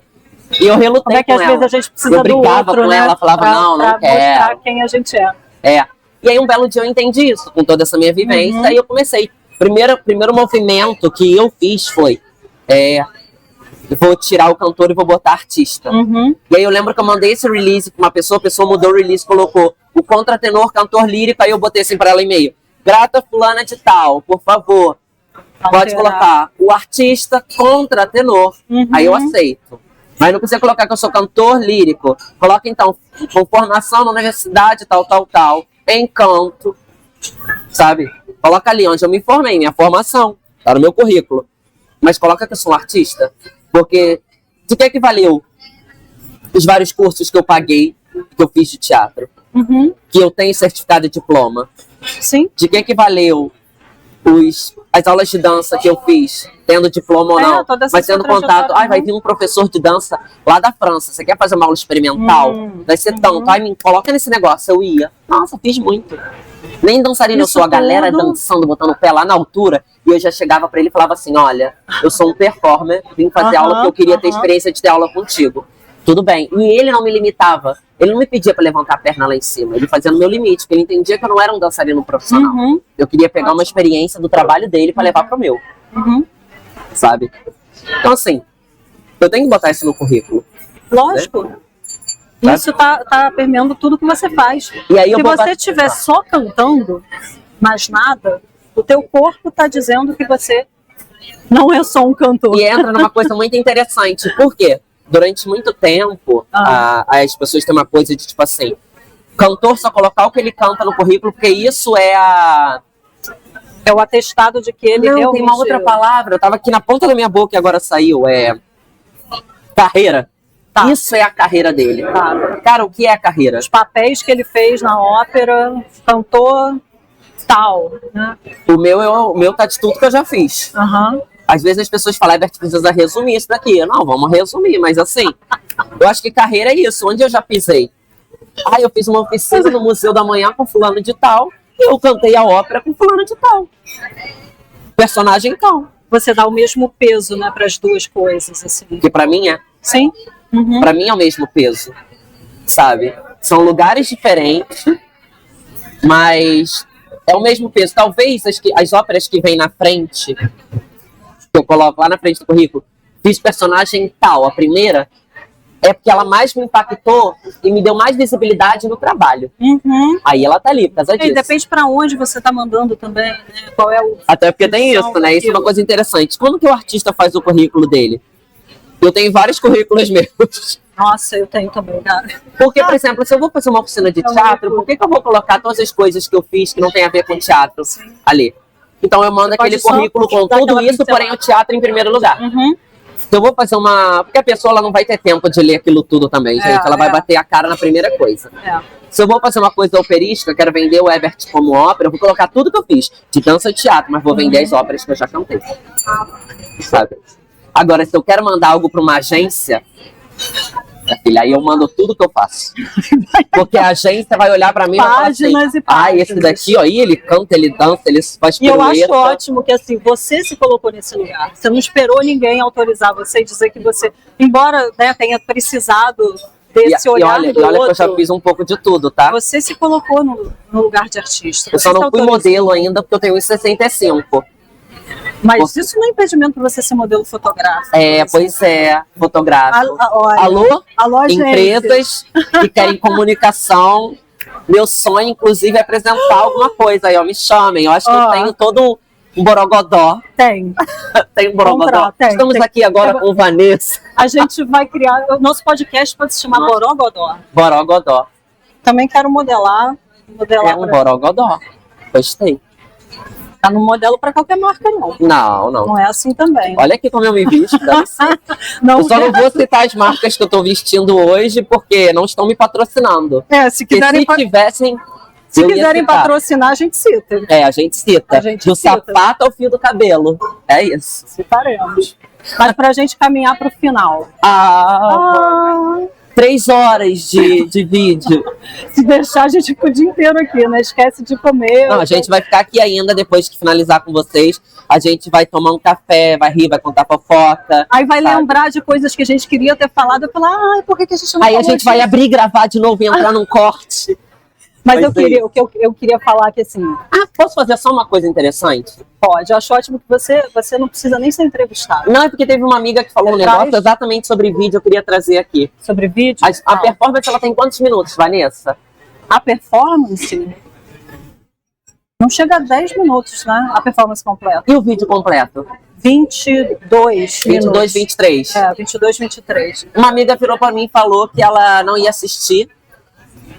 Falou brincando assim, né? Mas falou, eu não vou assistir porque tem 23 minutos. Eu tô no momento da minha vida que eu só quero ver Reels de 30 segundos. Eu olhei pra ela e falei assim, tudo bem. Okay. Mas se você tiver um dia que você quer abrir um vinho, ver uma coisa profunda, refletir, assista. Ver um cineminha. Um cineminha, curta-metragem. Sabe? Um curta-metragem, porque o nosso vídeo é um curta-metragem. E eu joguei isso pra ela, e agora eu te confronto. Eu acho que expressa a sua verdade. Como foi pra você pegar esse trabalho que a gente fez e transformar numa performance num vídeo de 23 minutos e ter que soltar takes no Instagram de 30 segundos no TikTok? E às vezes você me ligava e falava, Ebert, que tal esse take? Aí eu olhava pra ela e falava, não gosto. Aí ela, por quê? Eu falava, porque não chegou na parte que eu mais me entrego. Você vai querer o vídeo completo de 2 minutos? E eu falo, vou.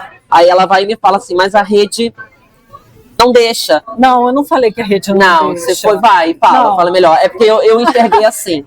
Ela, não, a rede não vai deixar. E eu falei, Nath. Não, eu ainda falei, não, tem uma galera publicando vídeo de 10 minutos na horizontal, porque agora eu quero... Agora ela que vai falar, tá vendo? Eu fiz toda uma cena para ela poder falar sobre. Essa questão das redes, para mim, é um tema, assim, de sofrimento, às vezes, né? Porque a gente cria um negócio bonito, de 23 minutos, aí chega lá no Instagram, você tem que reduzir o negócio a 1 minuto e colocar na vertical. Já sofro com isso. Na vertical, gente. Já sofro.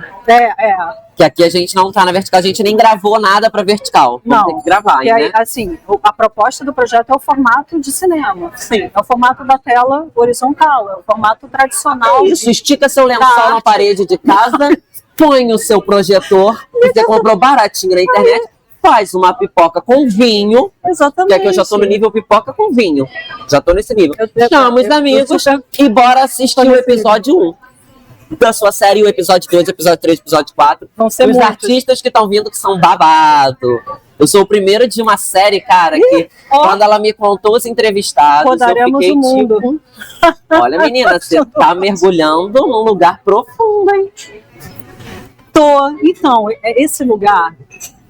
Inclusive, tem artistas, colegas meus, que querem mergulhar. Depois a gente tem que conversar isso no off.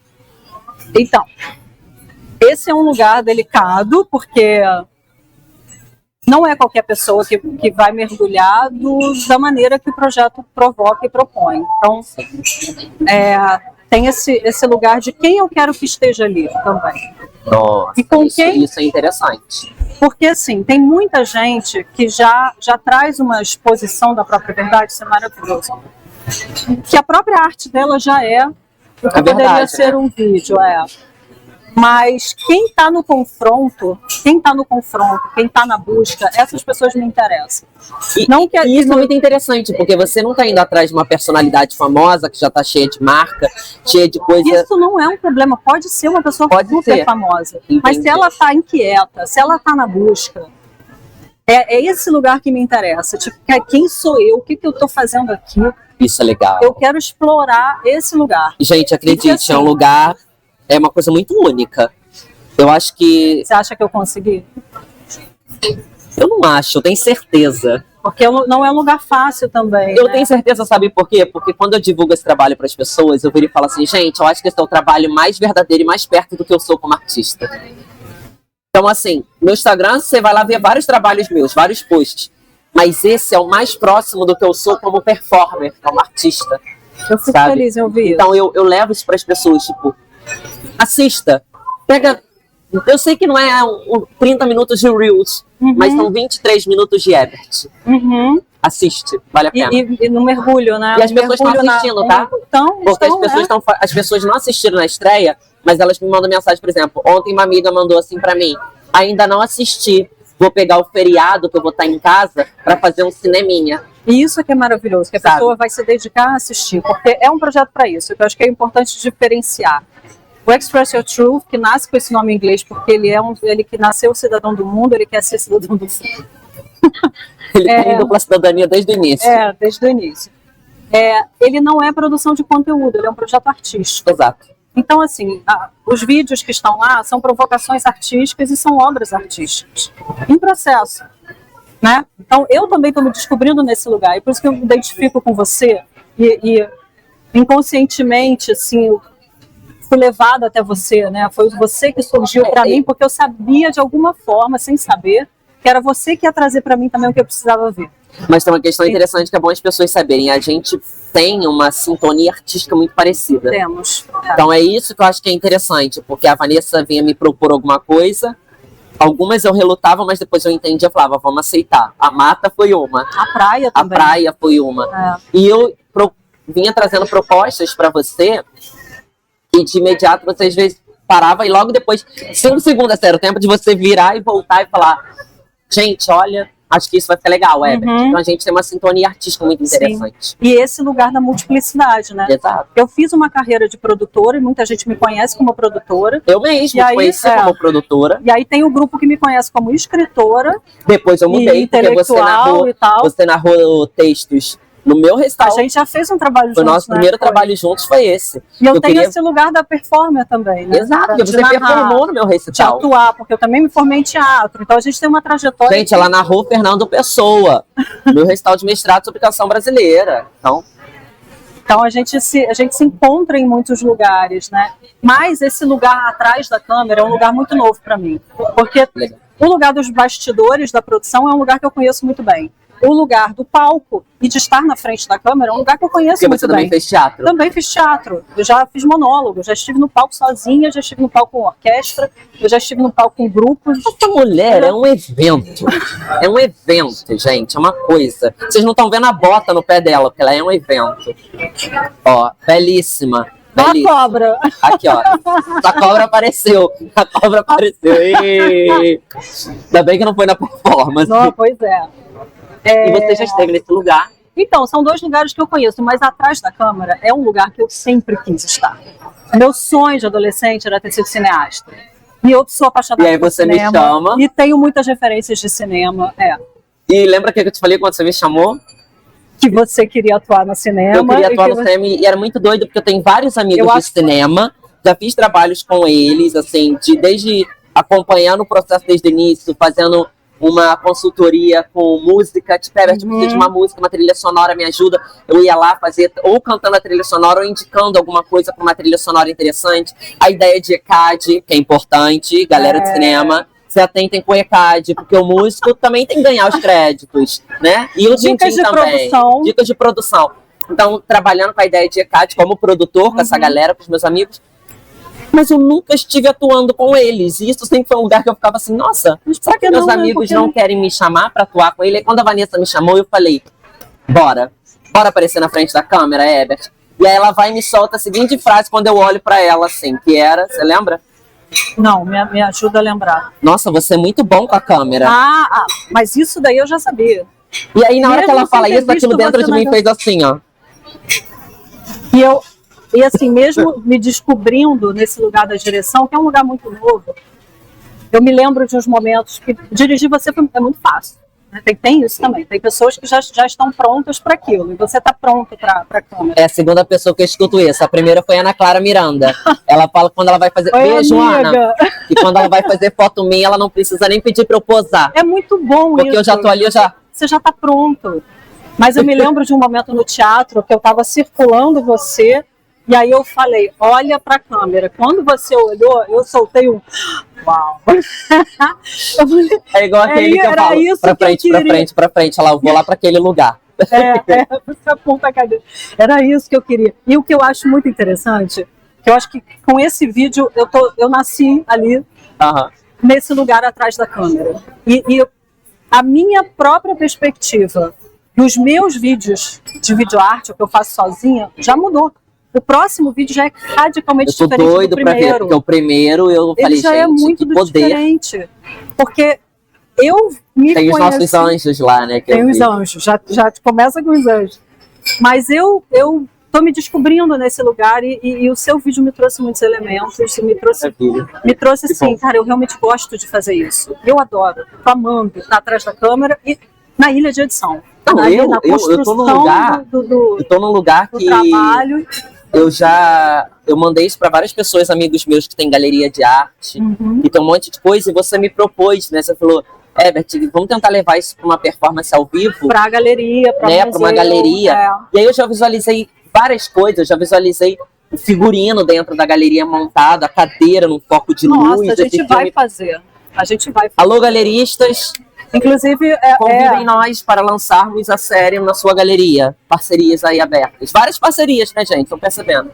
Inclusive, é um desejo meu, assim, ocupar galerias e museus com os vídeos da série ou criando séries novas também.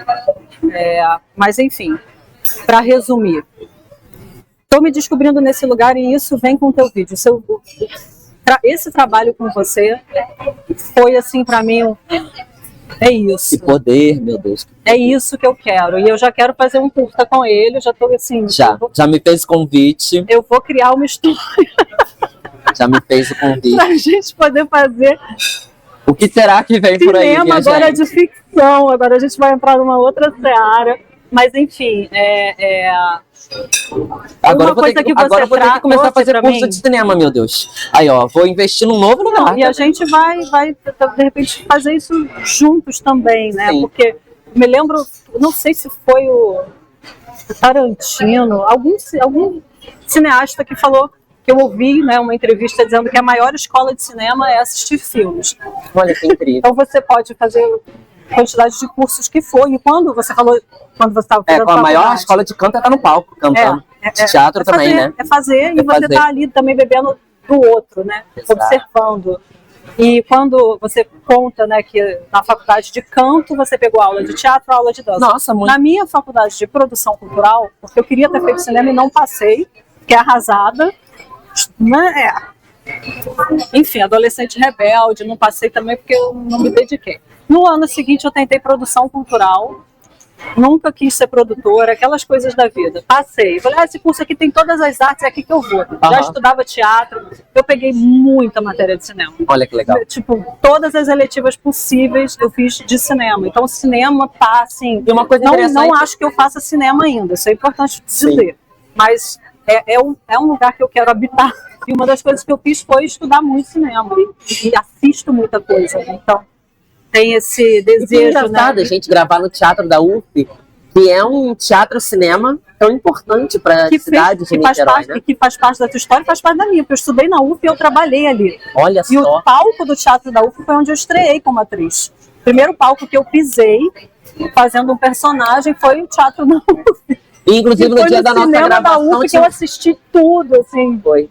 No dia da nossa gravação, vários amigos em comum, né? Várias pessoas aparecendo. Lá. E assim, eu embaixo do pano, oi fulano, eu, quem tá aí, gente? Aí o fulano, parabéns, a gente tá aqui, obrigado pelo espaço, sabe?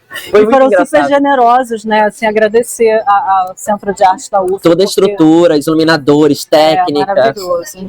E editar talvez a performance de uma pessoa incrível, Sheila, que tá aí no universo, Sheila. Olhando pela gente, foi uma pessoa importantíssima também no nosso caminho ali dentro do Teatro da UF. Super, cara. O teatro deve muito a Sheila. Né? Que cuidou de mim na primeira vez que eu pisei lá, lembro disso até hoje. Ela cuidava de todo mundo, né? É isso. Performance é sua também, Sheila. E sabe uma coisa interessante que aconteceu? Diga, eu vou comer meu biscoito, gente, porque a gente já tá em 3 horas aqui, ó. Nem sei quanto tempo a gente tá aqui. Mas uma coisa interessante que aconteceu eu imaginei muita coisa que se materializou, se manifestou no seu vídeo. Imagens que eu tinha do que eu queria com esse projeto. E aí, quando você trouxe a sua performance, eu acho que também a minha provocação sobre a mata, né? Eu vi que com a riqueza do que você estava trazendo, eu também podia intervir ali, explorar algumas coisas que eu gostaria de explorar. Mas, por exemplo, aquele pino do teatro, porque ali, naquela parte da performance, eu vejo que é uma coisa muito crua. Ali não tem distração. Ali é a essência. É o pino de luz, você de preto. E era o que a gente queria, né? Uma escuridão, uma coisa meio... Com aquela escuridão ao redor. Eu já tinha uma imagem assim. Inclusive, a gente queria que a minha roupa preta, ela transitasse na sombra para eu chegar na luz. Então tem aquela ideia que eu vejo a mão na luz, né? E aí, de repente, eu entro na própria roupa e vou pela sombra da cadeira assumir aquele lugar que eu vou ocupar. Né? Isso foi algo pensado entre nós e que a gente fez vários takes, inclusive, para chegar nesse lugar. Foi. Porque era uma coisa meio que no início foi muito rápido, vamos aproveitar mais esse momento. A gente aproveitou mais. Ali a gente fez muito take, né? Foi a ideia de força, né? Utilizando os dedos, possuindo, né? Eu tava com a unha mais bonita, mas assim, a gente possuindo os dedos. Inclusive, eu tinha deixado a unha com uma coisa maior para ter aquela ideia animalesca, visceral da garra, né? Sabe? De... Quase uma coisa Nosferatu, assim, exato. né? Então, não era Zé do Caixão, era Nosferatu, tá? É que eu fui lá na primeira referência do cinema alemão. Uma coisa assim. Que, aliás, esse expressionismo alemão é uma referência para mim, eu tô descobrindo inclusive, isso. Rosto, né? Eu não quis fazer uma maquiagem, eu falei isso pra ela desde o início. Eu não quis fazer uma maquiagem que tampasse todas as imperfeições. Eu deixo no meu rosto presente marcas, espinhas, eu deixo minha olheira, que é algo muito presente na minha vida. Claro, quando eu vou pro palco fazer um espetáculo, a gente tampa tudo. Sim. Mas ali eu não queria, eu ia mergulhar maquiado, não, eu queria mergulhar cru, sem maquiagem na cara, sabe? E aí pro teatro eu trago isso, né, essa olheira presente. Uma pessoa que, uma noite anterior, dormiu, mas não dormiu o suficiente, que estava ansioso, porque ia fazer... Eu queria mostrar isso tudo. E a gente foi trabalhando até essa coisa da escuridão também, sim, mostrar seu rosto, ocultar o rosto. Eu tentei fazer isso também ali, exato, né? Aproveitando aquela luz que também criou um efeito, assim, que às vezes você entrava numa escuridão total e falava, é isso, agora eu vou botar ele na luz. Nossa, era lindo. Fazer esse contraste. Mas essas imagens, eu tinha... Eu não tinha dimensão. Você estava vendo que você estava filmando. E eu estava fazendo e eu falava assim, gente, o que está acontecendo? Não, eu tenho que te agradecer muito, porque desde o início. Porque é isso, você manifestou, materializou imagens que eu já tinha na minha cabeça. Legal. A mata e a interação de elementos com a mata. Você levou uma cadeira para a mata, né? Levamos. Uma cadeira que foi cedida, né, de um acervo de teatro. Aquela cadeira não é nossa. Ela tem história. Ela tem história. Ela já participou de outros espetáculos e acompanhou a gente numa viagem. Ela mergulhou comigo. Baladinha linda. Ela mergulhou comigo na praia do Flamengo. Ela entrou no mar, levou um banho de sal, literalmente. As pessoas estão assim pra mim, você mergulhou com a cadeira? Eu falei, eu entrei dentro d'água, gente. Claro. Na hora que eu vi a onda vindo, eu dentro d'água com a cadeira. Então, assim, foi visceral. O visceral é ali. Quem quiser participar desse projeto, esse é o nível de entrega. O Herbert colocou a régua lá em cima. Então, assim... A cadeira ficou 2 dias no sol depois. A régua da entrega tá aqui. Se alguém chegar com a entrega aqui, eu vou tentar subir. Desculpa, gente, não sabia se era a intenção. Dá pra ir um pouquinho mais de entrega, assim. Coitado do último, hein, que vai fechar a série, hein? Tô jogando a pressão. Mas é um desafio pra mim também, né? Porque aí, o outro vai trazer sempre desafios pra quem tá atrás da frente. Sim, exatamente. Eu tive que muitas vezes sem saber o que você ia fazer, eu tive que ficar ao entre os improvisos que o artista traz, no artista improviso. Dançar com você, circular você. Também era assim, onde eu vou agora, né? Tem uma cena que eu achei muito interessante. Será que isso vai ficar bom? Também bate uma insegurança, né? Na hora que ficou mais bonito aquele da mata, eu jogo assim pra frente a espada, e no vídeo, como tá com o som do tambor, as pessoas vêm eu fazendo assim. Parece que eu tô rezando. Mas na verdade eu tô falando, Vanessa, vai pra frente, pega aquele take, porque eu vou correr pra cadeira. Você tá entregando um segredo. Eu tô entregando. Ai, não era. Não, deixa, qualquer coisa eu corto. Vamos pensar. Tá. Não, mas sim, tem esse detalhe de... Eu não fazia ideia que você ia fazer aquilo. E eu acho E ficou uma reza, ficou parecendo que eu estou rezando. E eu gosto daquele movimento, eu acho um dos mais interessantes do vídeo. Porque você sai, né, do não falar e não ouvir, Sim. Você aponta... E aí eu faço um movimento de câmera ali que eu não sabia que eu ia ter que fazer, porque eu não sabia que você ia fazer. E eu amo no vídeo aquele movimento, assim, porque ele sai da tua performance, ele vai para o palco da cadeira e depois eu corto para você ali interagindo com a cadeira em total silêncio. Eu cortei ali o som, né? Sim. Que era uma coisa cerimonial para mim, quando eu vi você circulando a cadeira e pegando a cadeira para colocar no lugar que ela vai ficar virada depois para o mar. Para mim era um cerimonial. Então você acabou de cantar e eu tirei todo o som. Não tinha tambor, não tinha nada. Aqui é silêncio. E eu acho que isso é um desafio. Você falou do tamanho do vídeo, não só o tamanho do vídeo para o mundo de hoje, mas a construção do silêncio, da câmera lenta, o tempo, né, da câmera. Eu vi outro dia um projeto de cinema que o crítico falou que às vezes uma câmera parada é muito mais violenta do que cortes acelerados. Nossa, muito. E o silêncio traz quando o você faz uma performance. A pessoa, mas por que esse negócio é tão demorado? Para e pensa por que você está tão incomodado que a gente vive, né? Tão incomodado com uma cena lenta. No mundo ansioso que a gente vive, o momento que a pessoa para de cantar já quer a próxima música, ali a gente faz o oposto. Sim, e o Reels, né, que você falou da sua amiga, eu só consigo assistir vídeo agora de 30, não é nem de 30 segundos, é 3 segundos, 5 talvez desse de 3, 5 segundos, será que ela está conseguindo processar tudo que... Não ela, né, mas assim, será que uma pessoa que assiste um de 3 segundos está processando tudo? Então, pra gente finalizar, né, vamos caminhar para o final. Então, já que vai caminhar para o final, eu vou te perguntar a última coisa. Como pessoa curiosa, telespectador, agora. E ela veio fazer entrevista comigo e eu virei aqui, né? Eu virei entrevistando Vanessa. Né? Aí isso é um bate-papo, né? Conversas sobre a verdade. A gente está conversando. Conversas sobre a verdade. Pergunta, então, o que você quer saber? É porque você me convidou com uma proposta. E que bom que eu consegui suprir essa expectativa que você criou, né, do meu trabalho.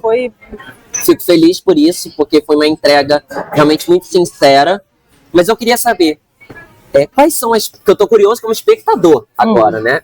Quais são as próximas...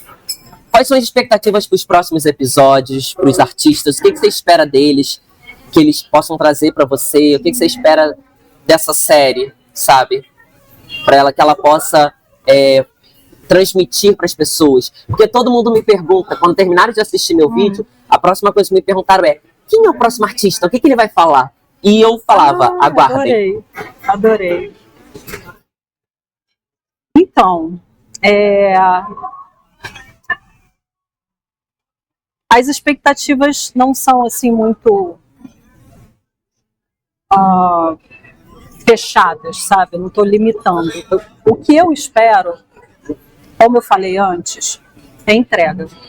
E estou buscando pessoas, artistas e pensadores, que tenham essa inquietação com a própria verdade, com o lugar da expressão, e que tenham essa coragem de se revelar aquilo que consegue também, né? Eu também preciso entender que nem sempre vai ser possível mostrar certas coisas. Então tem esse lugar que é uma troca, né? Sim. Eu estou ali fazendo o meu papel. Mas isso faz crescer o trabalho, né? Pode não aparecer no filme, como teve no nosso caso, que teve temas que não apareceram no curta, mas que deram gatilho para algo dentro da performance. Sim.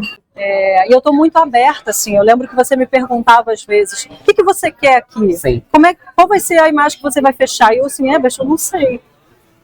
Eu estou muito tranquila, acho que pela primeira vez na vida eu estou tranquila de falar eu não sei. Isso é difícil, tá? Porque pra gente que normalmente está acostumado com um diretor que já traz um mapa de cena pronto, tem diretor que chega e fala assim: eu quero isso, agora cria. Aí você cria naquela ideia. Mas eu não posso fazer isso quando eu trago uma pessoa para falar da verdade dela. E você me coloca contra eu mesmo, porque eu tenho que criar algo para você, sem saber o que eu vou criar, e sem saber o que você quer. Quem é você. Então, facilita eu conhecer um pouco a pessoa, óbvio, né? Mas eu sei que tem pessoas que vão chegar e que eu vou me interessar, eu vou bater o olho e vou falar, é fulano, é fulana, e que eu não vou conhecer e vou ter que, né, começar uma conversa. Mas eu espero, de expectativa? A expectativa é entrega. Inquietação. Coragem. De se revelar, de trazer temas que às vezes são difíceis, ou temas que vão tocar em questões que são importantes para todos nós. Nossas angústias, nossos medos, nossa fragilidade. Como são artistas e pessoas, como que eu posso falar? São figuras, né?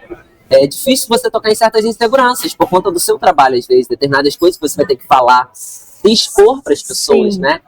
Então acho que essa ideia da coragem, dessa inquietação, cara, isso é o mais fascinante dessa série, na minha opinião, sabe? A pessoa se dispor a... Tem uma frase que eu viro e falo, né, que é da arte, a gente tirar tudo, o que sobra? Sobra um corpo de carne nu, sim, que a arte habita. Não é isso, é a pessoa se despir, talvez daquilo tudo que criaram sobre ela e ela mostrar o que é ela no mais íntimo, né, dela para todo mundo. E às vezes ela não queria mostrar, porque eu tive um momento que eu não quis mostrar o que era muito íntimo meu, eu guardei só pra mim. Por quê? Porque eu percebo que isso é algo que retroalimenta o meu trabalho. Você, Vanessa, conheceu dentro da performance porque tava eu, você e uma equipe trabalhando, né? Então você conheceu Mariana, talvez ali conversando com você, conheceu amigos nossos em comum que estavam ali conversando conosco, conheceram, mas infelizmente o público não pôde conhecer, porque era algo muito íntimo meu. Que eu falava, isso tem que ficar aqui, não pode ir pro mundo, sabe? Acho que isso é muito interessante, é o artista se dispor a entender que nesse trabalho ele vai ter que se desarmar, tirar a sua... Desarmar mesmo, né? Tirar toda essa sua armadura, a armadura casca, e que pra mim também é um lugar de me desarmar, porque eu tô ali dirigindo e eu vou construir a narrativa final. Então eu tenho que entrar também na verdade do outro até onde é possível, né? Sim. E também saber onde eu posso intervir, onde eu não posso. Sim. E nesse sentido do desarmar, é esse lugar que eu falo do não sei. Eu não sei, porque depende daquilo que você vai me trazer. Então eu tinha ideias para você já, por te conhecer, né, quero uma cena assim, uma cena assada, mas isso cabe na tua verdade? Isso cabe na tua performance? Então, teve coisas que não couberam e eu falei, isso não cabe, não me representa. E talvez venham em outros artistas. Talvez surjam agora em novos artistas, né? Então, já tenho a próxima pessoa, fica surpresa, mas vai ser um vídeo que vai falar muito de vulnerabilidade. Um lugar, uma mulher, poeta, fotógrafa, que vai tocar no lugar de vulnerabilidade que muitas mulheres vão se identificar, tenho certeza. E eu estou deixando muito acontecer, assim. Eu tenho uma lista, gente, a lista de nomes das pessoas que eu gostaria que participassem. Eu vi essa lista. Inclusive, enviei várias pessoas nela, fui indicando. Ela é enorme. Ela é enorme. E tem nomes, assim, pela logística, que são impossíveis, mas... porque a gente falou que isso aqui é uma plataforma bilíngue, então tem nomes que não estão na cidade do Rio de Janeiro. Não estão nem no Brasil. Exatamente, não estão no Brasil. Esse projeto vai ter que viajar para encontrar essas pessoas, porque isso é uma coisa. Ou essas pessoas vão encontrar o projeto. Exato. Eu acho que esse projeto é um projeto de conexões. É um projeto sanguíneo, a gente tem que estar um perto do outro para ele acontecer. Não funciona online. Isso que você falou, isso é muito bom. Essa coisa também que a gente viveu muito na filmagem. Era uma filmagem muito íntima. Sim. E é isso que eu quero. E por isso que é desafiador para mim também, porque ali também está me revelando. Ali também tem desconforto. Falar, eu tô perto demais. Tipo, essa coisa do limite do outro, né? Do meu limite. Então, também, enfim, eu sei que muita coisa eu não consigo ver agora. Que bom, porque vai enxergar lá na frente, na hora que puder ver, né? E o final da tua performance que abre para o mar, né? Também é muito simbólico para mim. Acho que não só para você, porque também a série se Nós somos abre. duas pessoas que adoram água salgada, né? Então, assim, a gente ama mergulhar. É isso. Seja frio, chovendo, com sol, não importa. A gente ama uma praia. Então, um mar. E essa imagem sua mergulhando e abrindo para o mar aberto que está ali, né? Depois sim, do Pão de Açúcar. Para mim é a imagem do projeto também. Água salgada, é bom que limpa olho gordo no projeto. Mas abre, mostra esse horizonte, assim, que eu consigo ver alguma coisa, mas eu não sei exatamente onde esse barco vai me levar. Eita, eu tô num barco, tô no leme. Mas um veleiro quem conduz é o vento, né? Exatamente. Então você tem que, o bom é que o barco já tem uma cadeira para sentar. Já tem, isso é ótimo. Gente, já tem um lugar para ficar minimamente estável. Pois é. Porque tem que ter essa estabilidade, mas você tem que se deixar levar. E eu tô me deixando muito levar. E só uma coisa que a Vanessa não contou, que eu vou contar, é que no dia da praia, a gente estava gravando, tinha uma galera circense do nosso lado, uns 2 cachorros correndo, tinha uma menina fazendo stories, e a Vanessa simplesmente falou, meu Deus, os cachorros passando, a gente queria gravar, o sol chegando. As pessoas param o carrinho do picolé. As pessoas param o carrinho do picolé na frente da câmera. Eu virei e falei assim, meu Deus, as pessoas não vão parar, o que eu vou fazer? Eu simplesmente fui até as pessoas e falei, olá, tudo bem? A gente está fazendo um projeto independente. Produtor, melhor que eu, tá? No figurino, tá? Mais descolado. Inclusive, eu fiz uma pessoa que estava numa reunião de trabalho ficar de segurança para ninguém passar na frente da nossa câmera. Cara, você recrutou... Eu recrutei uma pessoa aleatória para trabalhar. Que depois a gente descobriu que é amigo de um amigo em comum e que é do cinema. Artista, que é produtor de cinema. Cantor, produtor. A arte é uma coisa incrível, tá vendo? Fascinante. E, só para vocês entenderem, a gente não chegou na praia, botou a cadeira e gravou, gente. A gente segurou muitas pessoas com shih tzu, com cachorros, com celulares. Pedindo para, olha... Isso, 4h30 da tarde, o sol acabando às 5. A gente eu desesperada, meu Deus, o sol vai se pôr. E a gente tem que fazer no mínimo 2 takes. A gente fez um. Aquele foi de uma vez só. Foi um só. take único, porque eu ia entrar dentro d'água. Eu achei o lugar da câmera, eu falei, vai, Herbert. Aí a diretora, que surta, né? Vai agora, vamos. E bilíngue, porque os artistas circenses eram todos colombianos. Eu ainda tive que falar em espanhol, explicando que a gente estava fazendo um show da filme. Shakira, né? Que estavam pro show da Shakira. Eu falei, a gente vai fazer um filme, vocês são artistas, eu preciso que dê licença. Aí ele, você quer que segure os 2 cachorros? Eu, por favor, segure os cachorros. E os cachorros passaram, né? Cachorros passaram, a gente acabou de gravar. Na dúvida se eu ia manter o cachorro, se não, eles passaram no Eles passaram quando eu liguei a câmera. Foi. Olha, de repente eu uso aquela cena dos cachorros para alguma outra coisa. Boa. Mas é assim, é totalmente independente, né? Projeto uma coisa que eu criei na hora a gente não consegue criar o quê? Eu não sentei convencionalmente na cadeira, né? Eu sentei em perfil com pão de açúcar. Foi. Eu podia ter sentado de costa, olhando o mar, como qualquer pessoa faria. Eu resolvi sentar de perfil. Olhei, avisei que eu tô indo mergulhar e fui. Essa é a minha verdade. Mergulhar? Mergulhar seria existir. Existir é a minha verdade. Existir. Talvez a melhor verdade seja existir. E assim a gente termina. A nossa série e o nosso bate-papo de hoje. Nossa, a nossa verdade. Ele podia ser o host desse bate-papo, não podia? Quem sabe na próxima, no final da série dos curtas-metragens, a Vanessa não me contrate para ser apresentador dessa série. Olha. Estar ao lado dela, né? Porque eu não vou apresentar sozinho, gente. Não consigo. Aqui, de repente você vai ter a sua série. Ih, pô, minha série. Muita coisa pode acontecer. Jogou pro universo. É isso. Foi bom ter você aqui. Foi lindo, tá tudo lindo. Que pena que acabou. Que pena que acabou. Será que acabou? Não, que acabou esse capítulo. Ah, talvez teremos mais um episódio. Capítulo. Não sabemos. Episódios fora da câmera, né? Fora da câmera. E será que daqui a uns anos teremos um novo episódio? Não um jovem de 29 anos, mas quem sabe que é uma pessoa de seus 30, 40 anos. Nossa, isso vai ser incrível. Imagina, voltando para qual é a sua verdade, o recomeço. Parte 2, o retorno. Filme de terror. Muito bom. Eu sei qual era a sua verdade no verão passado. Nossa. Gente, obrigada pela presença, pela escuta. Estamos aqui finalizando o primeiro episódio, primeiro de tudo, primeiríssimo. Nossa, que honra abrir esse espaço, esse bate-papo incrível. Conversas sobre a verdade. Conversas sobre a verdade, com muita arte, psicologia, reflexões, filosofia. É isso. E existências. Estamos aqui para existir e viver os nossos afetos. Lindo. É isso. E Terminamos assim. Deixar terminar assim, porque terminou bonito. Até a próxima. Até a próxima.